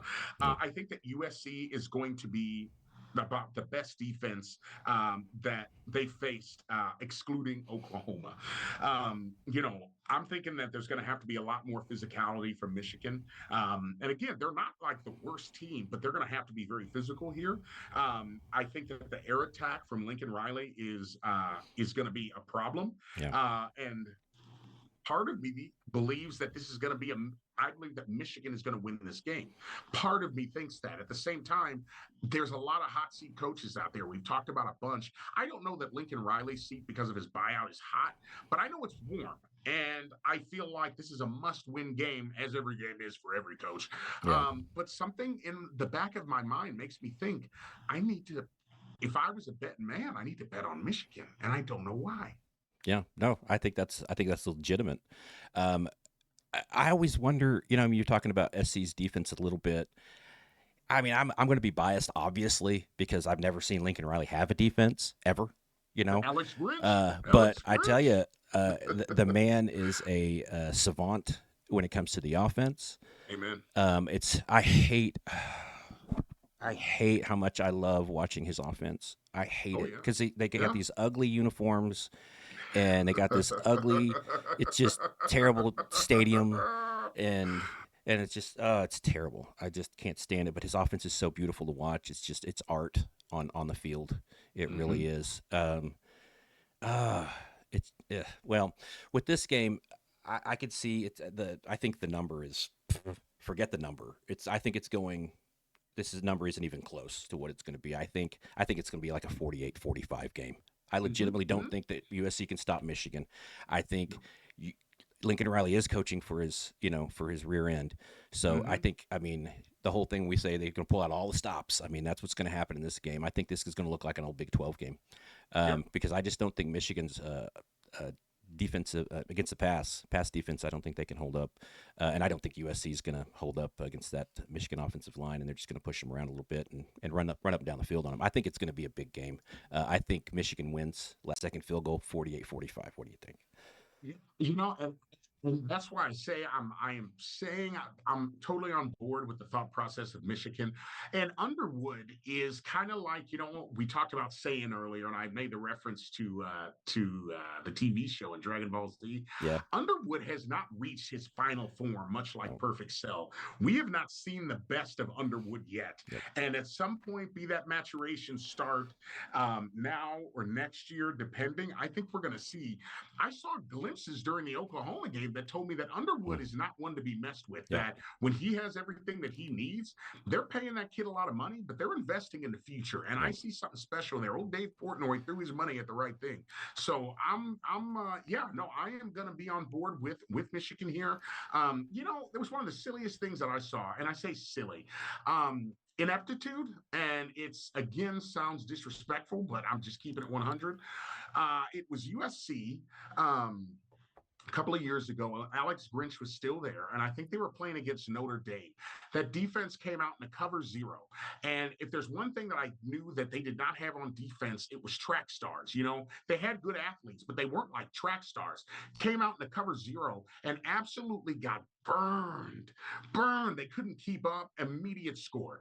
And so I find myself watching that defense for USC that has gotten better since the Alex Grinch days, which, by the way, folks, if you didn't know, Alex Grinch is now the defensive coordinator at UCF, the space school out there with Scott Frost. So that's something to watch. Things are going interesting down there. Of course, they just had a coach pass away too, so we have to give them some time. Sure. But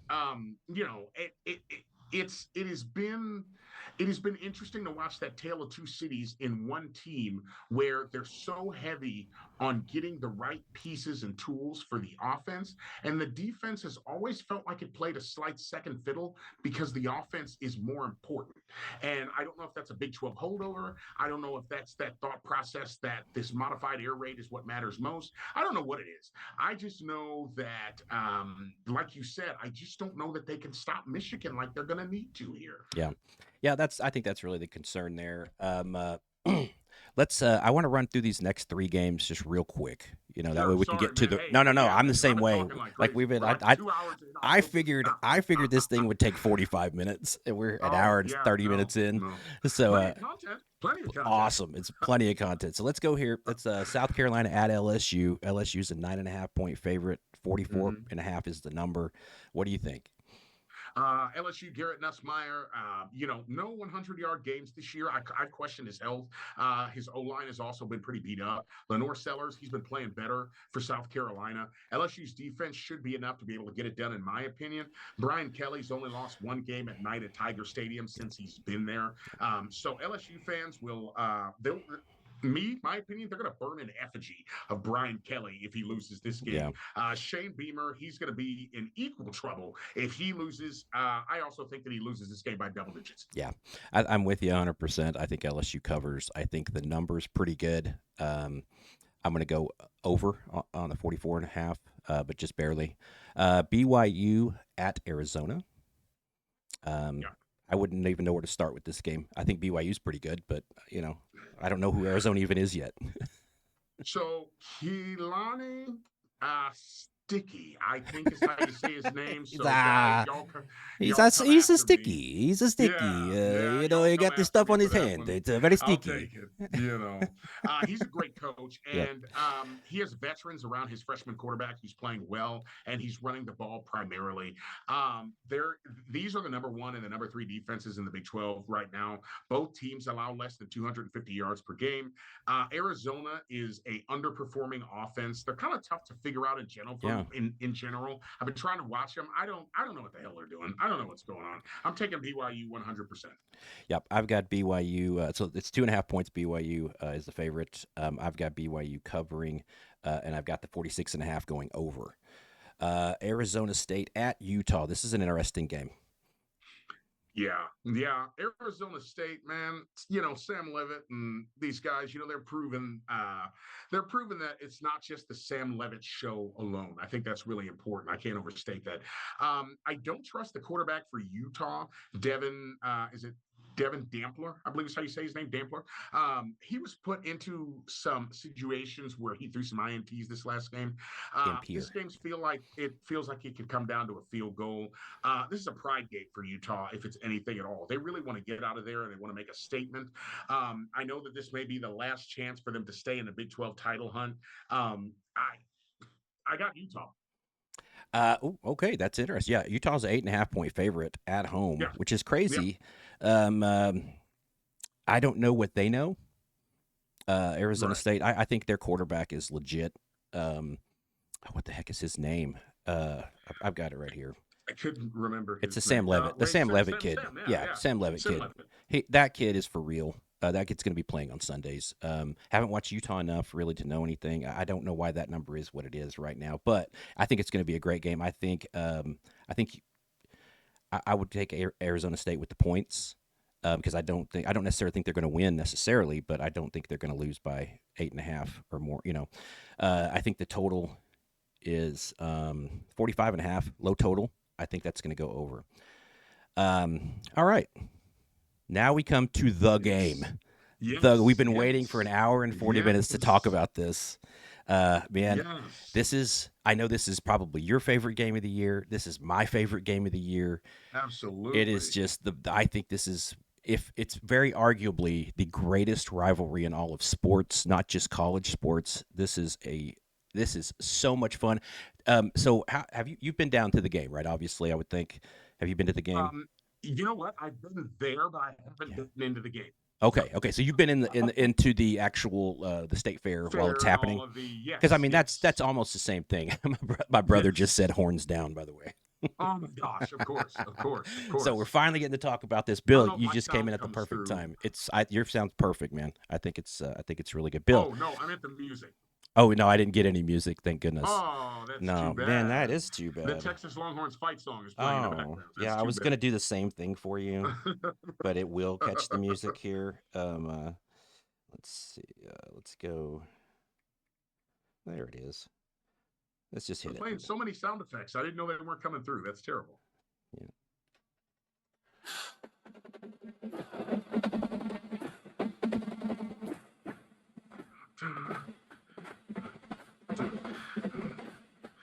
Goodbye to A&M. I love Hey, the fact that we hate A&M so much that they're in the fight song. Like, what in the isn't world, that you know? crazy? That is And the worst nuts. part of it is like Texas hates A&M because they look down on A&M because it was an agricultural and mechanical school, Yeah. and they were the less of the common man. And Yeah. I've always been a little bit weird with that. I was like, Yeah. man, that's just so elitist. That's Yeah, so a little Texas. bit. That is very. It's That's just who all we are. Texas. Like they all Yes, got oil yes. money. It doesn't matter. They've all got oil money. Fully Uh, agree. yep. So this game. So going down to this game, I'm super excited. Taking the wife down. She's never been. This is a spectacle. It is a Oh boy. wonderful, wonderful, Oh massive boy. humanity. It's a zoo. It It's is. It absolutely is. It's a hot zoo. It's a hot yes. zoo, and it's supposed to be Yes. 90 degrees and humid. It's going to Yes. be You're miserable. gonna see people passing out. Oh, it's going to be great. This is what it's Yep. all about, man. It's great. It's awesome. Yeah. I Let's go sent you down. that It's fine. video from when I was a roughneck. That wasn't from when I was a Yes. roughneck, but that was a video of the OU so that was legit, man. That was the intensity of it. Just I'm not even a player, and Yeah. being a roughneck there, being in that ramp as the teams go by, and and yelling at the Texas Single team, and tunnel. A yeah, single single tunnel, bro. tunnel for this game. Oh It's boy. incredible. So they both come out of the Ooh. same tunnel. They come out separately, but Yeah. the locker rooms are right there. So, Yep. you hear screaming and yelling in the locker rooms at halftime. I mean, it's incredible to be a roughneck at this game. Okay. Mm. The Mm. poor silver sperms, they got to go all the way to the Oh my other end God. with their Bobo, with their little dog, Here we go. with the Here we antlers go. and What the whatnot. hell? What the hell? This game This is. is what's so great about this, man. This It is what's is. so great It is. is it's just you understand that we're friends. Nothing's going to change Yes. that, buddy. Like, This, all but right. you know what? But you know what? It is. This is like Civil War, Yep. folks. Like Yep. you hear people when they describe the Civil War, they say it pit brother against brother, it put father against son, and it is amazing how, like, folks, I am gonna hang a massive Texas Longhorn flag from my house in a few short hours. Right? It won't happen until here tomorrow because somebody will steal it in the night.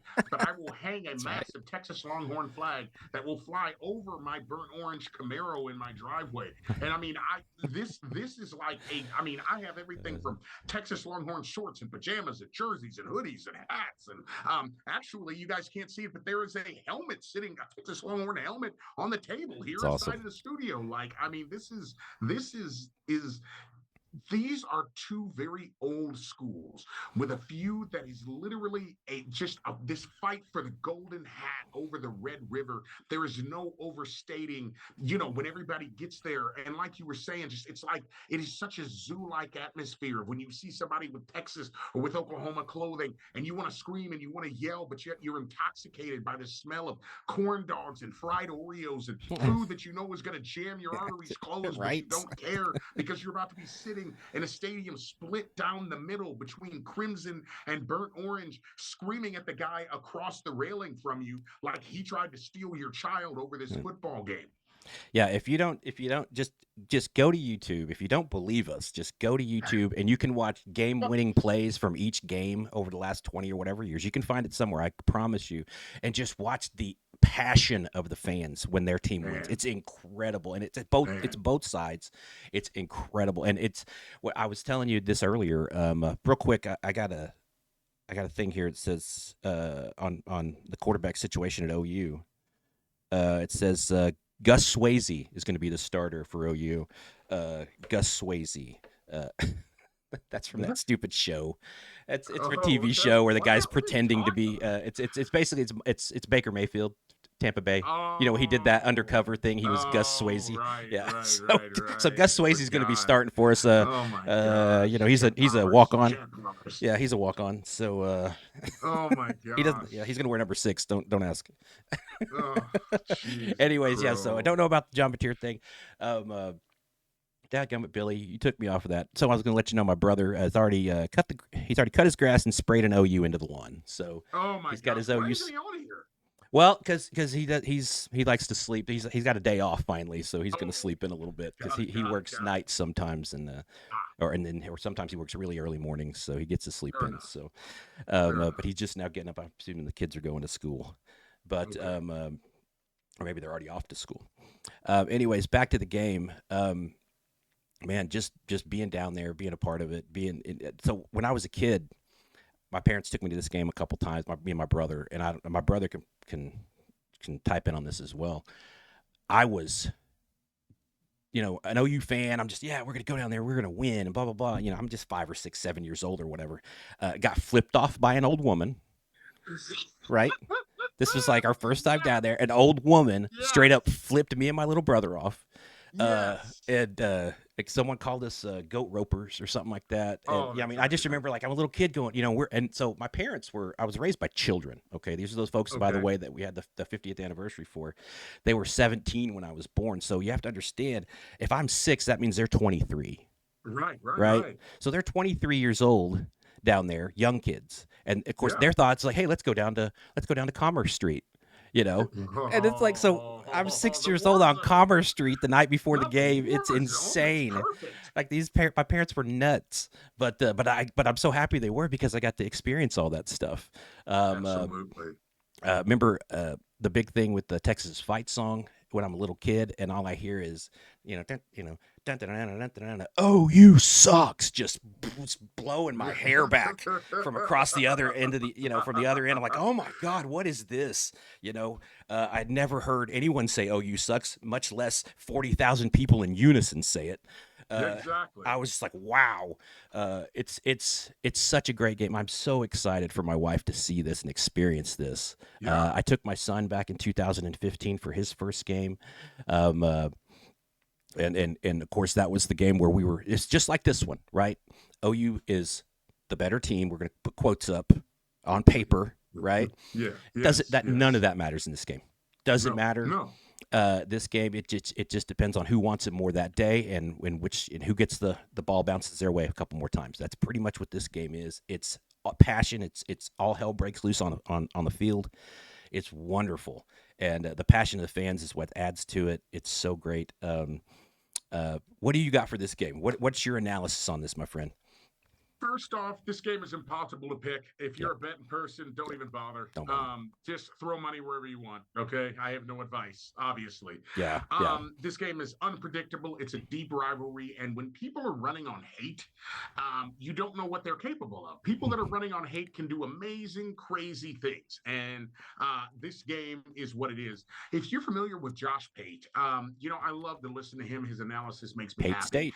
And yep, it's Pate State Freights. I Mhm. love it. And one of the things that he said that I was very pleased with is he said the other day in his live, he said, the Red River Shootout, is literally the best rivalry game in the United States. Point blank, bar none. There is no going And this is an around it, SEC guy, changing it. right? Yes. Yeah. Yeah. Yeah. So he This would is think the Alabama, best. Auburn, or Michigan, Of Ohio course, State. yeah, Iron Bowl or Yeah. something. Yeah, no, no, no. No, This is this the is it. game, and I agree. Yep. This is a pinnacle game for all the reasons that we outlined, like literally splitting the stadium, all of that. But let me not go backwards. Yep. The fair, I think, helps to enhance the ambiance and how you can get drunk, if you will, not real drunk, but you can get drunk off the essence of this game because of everything that you're around. Some people want this game to be played at Jerry's World. I think it's a No. mistake. I think it's best to sweat to death, vomit, go crazy, drink like a nut, whatever, right there in the Cotton Bowl, because that's what makes it it. And they've done some upgrades. They just finished too.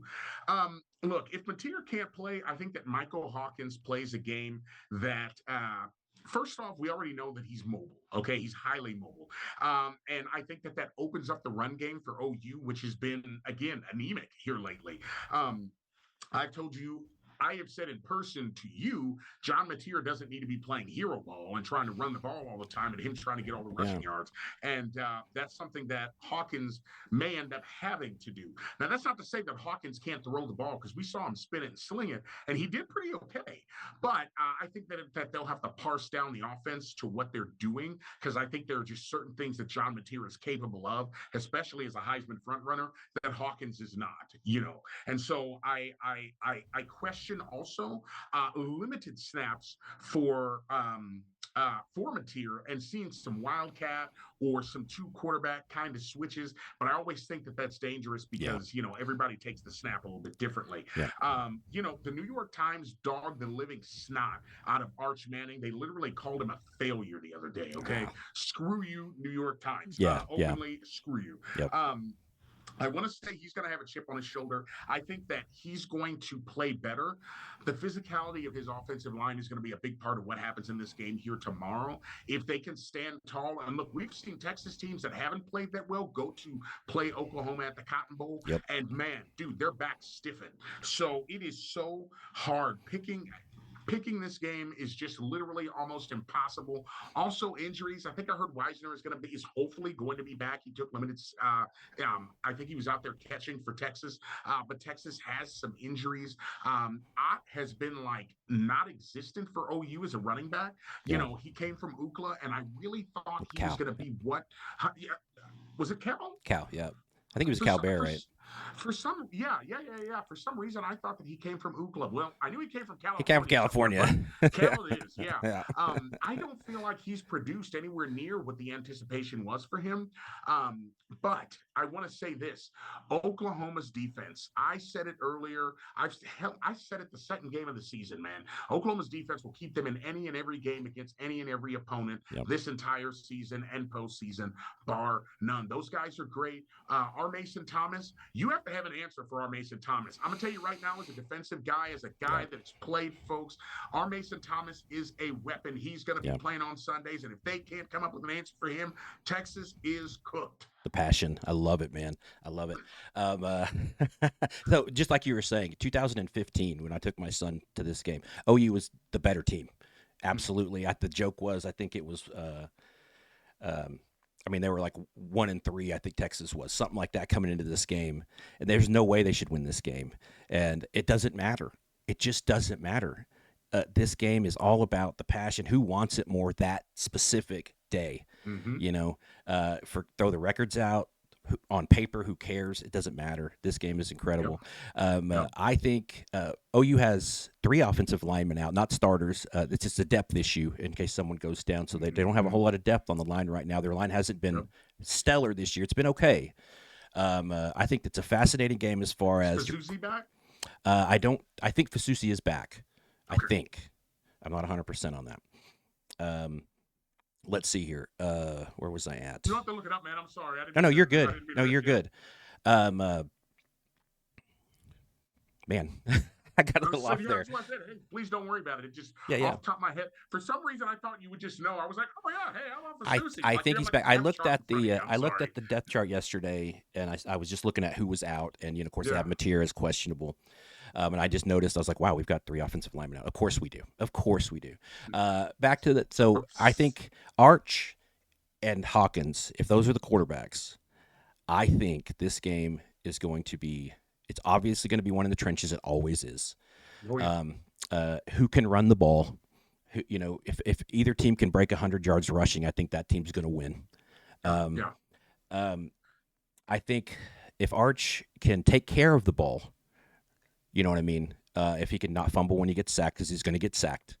If he can be smart with the ball when he's throwing it and not throw it into bad places. Same thing with Michael Hawkins. I think, will this game be too much for either one of them? Has Archie ever played in this game? Because Hawkins, I think, played in it last year. That is correct. Hawkins played it last year. I feel like he got some limited action last year behind Ewers, but it wasn't like a full, but it was a litmus test. He's been in the stadium, and so he knows what it is. Being on the field is a little bit different, but he knows what it is. So it's I just can't imagine your first start in this game, it's Mm-hmm. got to be insane. Him not being so he's not from. Is he from Texas, the state, or is he from Louisiana?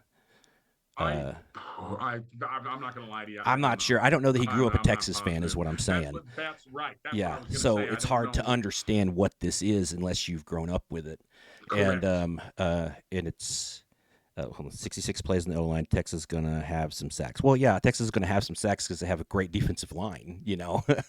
So I think it really comes down to I don't. My brother's got a 17-14 score. I think that's a great score. I think that's probably what it's gonna be. Grinder of a game is what Yes, that I is. think That's a grinder. I wouldn't touch ever. I would not touch the spread on this game. The 1.5 point. Texas is a 1.5 point favorite, which once again we come back to what are they? This is what Vegas thinks of Oklahoma Set without them John down at Mateer. 3.5 on Sunday or Monday, and I Yeah, already knew. I was like, please do not bite the poison apple, folks. yeah. Do not let Vegas bait you. Yeah. Well, this is without John Mateer, so I understand, but the 45.5 points, I don't think it comes anywhere near that. I think we are in No. the 20s on this thing, Yep. maybe the Yep. low 30s, Yep. or maybe even the high 30s, but it's not going past that, I don't think. No. I'm fully expecting to see a defensive just battle out there and just two offensive coordinators who are just going to be going back and forth, making adjustment after adjustment. My brother said it could be 65-13. You never know. Oh my Uh, gosh. but he didn't say who. He didn't say who wins that Yeah, game. You know what I mean? True. I don't think either team can put up 65 on either defense. It's not I possible. don't think so. Unless it would have to be the defense is putting up the points for the to make that. Look, Oklahoma is capable. I'm telling you, that Yeah. defense is something special. Hey, are you trying to be finished by 8? Because I don't want to go off on a tangent, mess you. No, go on. No, that's Okay, why I wanted to perfect. get to this point because Okay. I'm going to just use a personal experience just to try to explain. And I know we all know this, but the gravity. Again, I played arena football, right?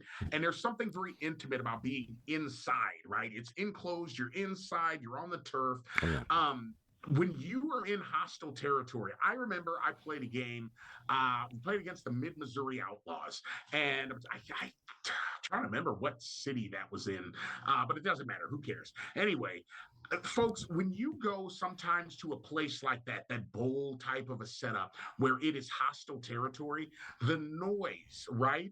When you're on offense, right? And I don't play on offense, or I didn't play on offense, I was defensive, but hearing the offensive guys talk about how they're like, I can't hear the communication. When you're by that, I almost said student section, when you're by those fans at the other end of the end zone, it is so intimidating, so loud. And it's amazing how you can hone in on like certain voices and certain things that have nothing to do with your signal caller, right? And you'll just hear like the jeers and the hate and the crazy. And it is so intimidating sometimes, especially for, if you're a sophomore or you're a freshman that's like down in the depth chart and you're having to play. This environment is insane. Yes. Yeah. Say it slower. It really, dude. It is. It's so incredible. I'm trying to think of some stories because I know we're going to be doing some stuff on a podcast with you. I'm super excited to be doing that here in the near future. But I'm going to tell a little story or two. There's a lot of tradition that goes in with this, obviously, not just the players, the entire university, both universities. Like I said, I was an Oklahoma Roughneck, obviously.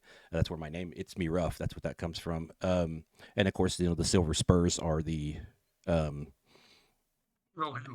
equivalent of the Roughnecks for Texas. They handle Bobo, right? Oh my God! Bobo. Yeah, Bobo, the dog that you guys have with the antlers. The dog. Yeah, he's an ugly dog with antlers. This guy. And then we got our stuff. So we used to, we'd stand in the Roughnecks would be in that end zone. All right, we'd be in the south end zone of the stadium. And of course, the Silver Spurs, they'd walk in and they'd take Bobo all the way down the field, and all this stuff. That by the way, that dog is so doped up. Like that, there's nothing going to happen to Bobo. He's not going to do anything. Doped up. They've got him on. They got him on. No, I loved that. By the way, I loved that. Seeing that, I was like, get him. Get that stupid dog, because that was after OU lost to Georgia in the Rose Bowl, and that was like the most heartbreaking game. I was at that game, and that was the most heartbreaking. I've never wanted to cry after a football game like that. Like I uh, legitimately wanted to cry. That was the most uh, incredible game I've ever been to in person. And being at the Rose Bowl and my first time ever in Pasadena at the Rose Bowl, that was incredible. But anyways, yeah. So they come in and uh, we get the what's really cool is we're just standing there. And of course, they have us roped off. Well, we can't be close to the players. Obviously, we know as Roughnecks, you don't touch the players. That is off limits. Period. mhm. Don't even act like it. Well, we do all that. This is 1998, and I'm a roughneck. I'm a pledge, basically. So it's our fault that we lost the game. By the way, it's all the roughneck pledge's fault. It Oh didn't have man. anything to do with our defense. We couldn't stop Ricky Williams. That didn't have anything to do with it. Okay, it was the roughneck pledge's fault. Just want to put that out there. Um, anyways, I remember I've been to this game a bunch by that point, but I'd never been there. Right as the players are walking by and they're talking trash. OU runs out there on the field. Texas runs out there on the field. It's Major Applewhite, I think. Yeah, I think it was Major Applewhite um, in '98. It was. Anyways, It was. one of the members at the time, like I said, I was a pledge.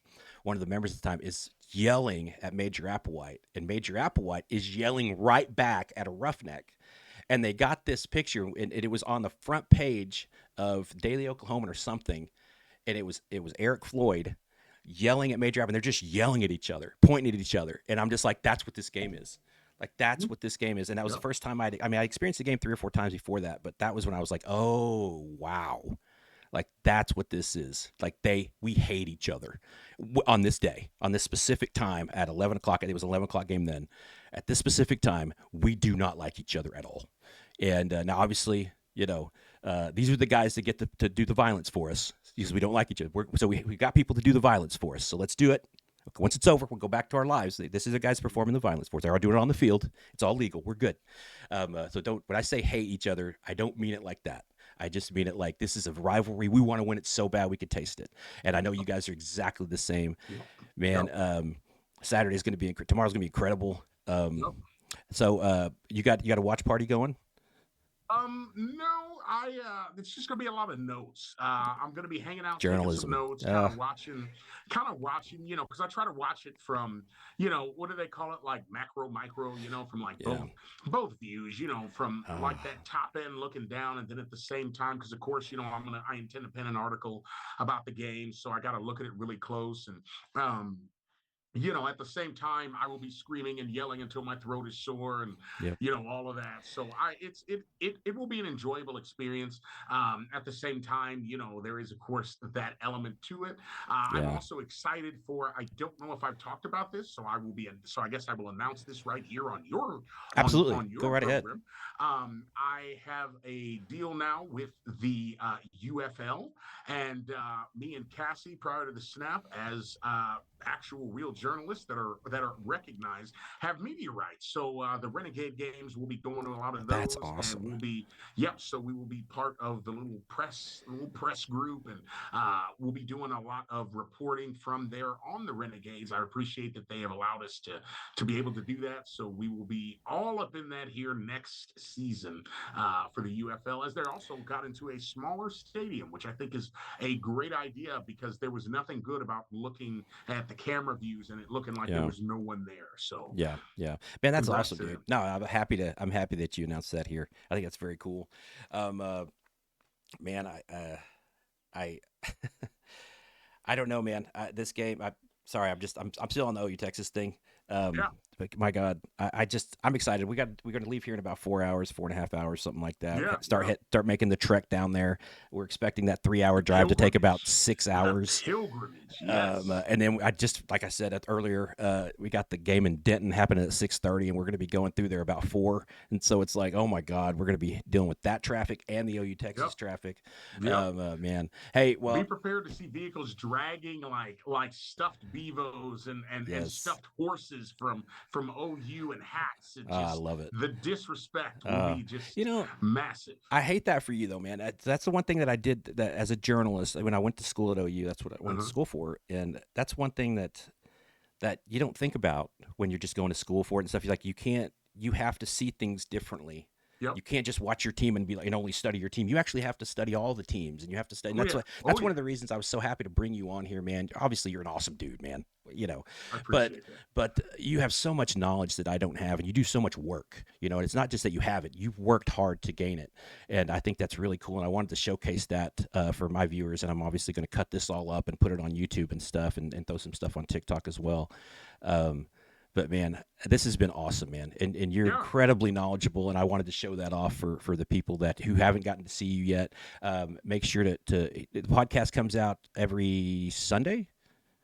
Yes, every Yes. Sunday. And most importantly, again, I said it at the beginning of your program. I'm going to Hmm. say it again right here. Please, on Facebook, I know in a world where everything is like just TikTok and Instagram, we are very Facebook heavy. So PRYORTO, the snap. Follow us on Facebook over there at the Facebook page for Prior to the Snap. We're like 20 some thousand strong there, and it is just nothing but battles about sports. Also, Awesome. follow my personal page, LASHAUN PRYOR. Follow LaShaun Pryor. It is a crapshoot over there. You never know what you're going to get, but you will always get more of my articles on my personal page. On the other page, it is a little bit of everything. As a total, there's a bunch of us. We have tons of great debates. If you've been on Prior to the Snap before, because I intend to share as much of this out as I can, you know how crazy it can get. And during hockey season, as a guy that used to live in Canada, we have a heavy hockey presence, and we have a heavy amount of folks that are up in the BC, that are up in the T dot. Just all of my Canadian friends, hockey is cranking back up, and you're going to start seeing the post again. So be ready. But of course, we're going to be covering everything else in between, all things sports. No curling this year. Yeah, no curling this year. All I right, covered I'm curling. It glad you had didn't to do work for that. me. It Well, didn't work it for would be me. really difficult. He's really sweeping the hell out Yeah. of that ice. You know, Uh, look at that guy. He's the biggest, baddest sweeper I've ever seen. Look at him go. I don't even know what to it's say. something. It's like, Yeah, me, it's me in something. NASCAR, it's like he turned left. Oh, he turned left really fast that time. Oh You know, man, yeah, and I actually no, like can't do NASCAR. it. I don't hate it, but I'm the um, same way, but I couldn't do it. I yeah, I couldn't couldn't do do it. it either. Yeah. Yeah, Oh yeah, man. Anyways, brother, I really appreciate you coming on, man. You're hundred awesome for percent. doing this. I'm really hoping to. By the way, I'm hoping to be on the podcast on Sunday. If we can work out the And Discord thing, if possible, well, uh, yes, and even or if even the not, Zoom like thing. I say, that Hmm. that following Sunday, even if it's not this Sunday, Hmm. all that information will still be there, and I am more than happy to talk about that then as well. And I'm going to see if we can't try to get one of those other folks that I talked to you about Oh before, yeah, one of these other roughnecks on. We are in negotiations, in talks as we try to work around their schedule very cool. and get something figured out. So I'm very, very, very excited to do the anthology edition, if you will, of what is a Oklahoma roughneck. That's so cool, man. I think it's so cool as a Texas fan that you're doing that. You know what I mean? I just think that's really cool, man. Uh, I don't know that any OU person would talk to the Silver Spurs necessarily, but I would hope that they would. I would hope They that they would. I would. can promise you You they know, would. I uh, promise. It's that's it's all good. about, you know what? It's all about the experience. This is no different than lived life experience, I think, for different social economic classes, races, anything. I think that you can't get a peek behind the curtain for what it's like for someone else, their tradition and what they do, if you don't stop and sit at the table and break bread with them. So, Absolutely, as somebody that lives absolutely. right here in Oklahoma, I've been here since 1998. Oh, Yeah, that was my yeah, pledge year, man. yes, I moved here in '98, and so for me, I've been a Texas fan the entire time. Real fast, I am a Hmm. Texas fan because when I moved here, someone told me, "quote," they were telling me all about Oklahoma and all these great things, and said, "Hey, you just can't be a Texas fan." And I Yeah, asked them why, and they were like, "Well, because we hate yeah, Texas." And I yeah. said, I'm a "Why?" Texas fan And yeah, now. yeah. And he's like, "Why?" And I said, "Why?" And he's like, "Because." He's like, "Dang, just don't." And I, Yeah, out of spite, bought a Texas yeah, Longhorn hat. Didn't think much of it,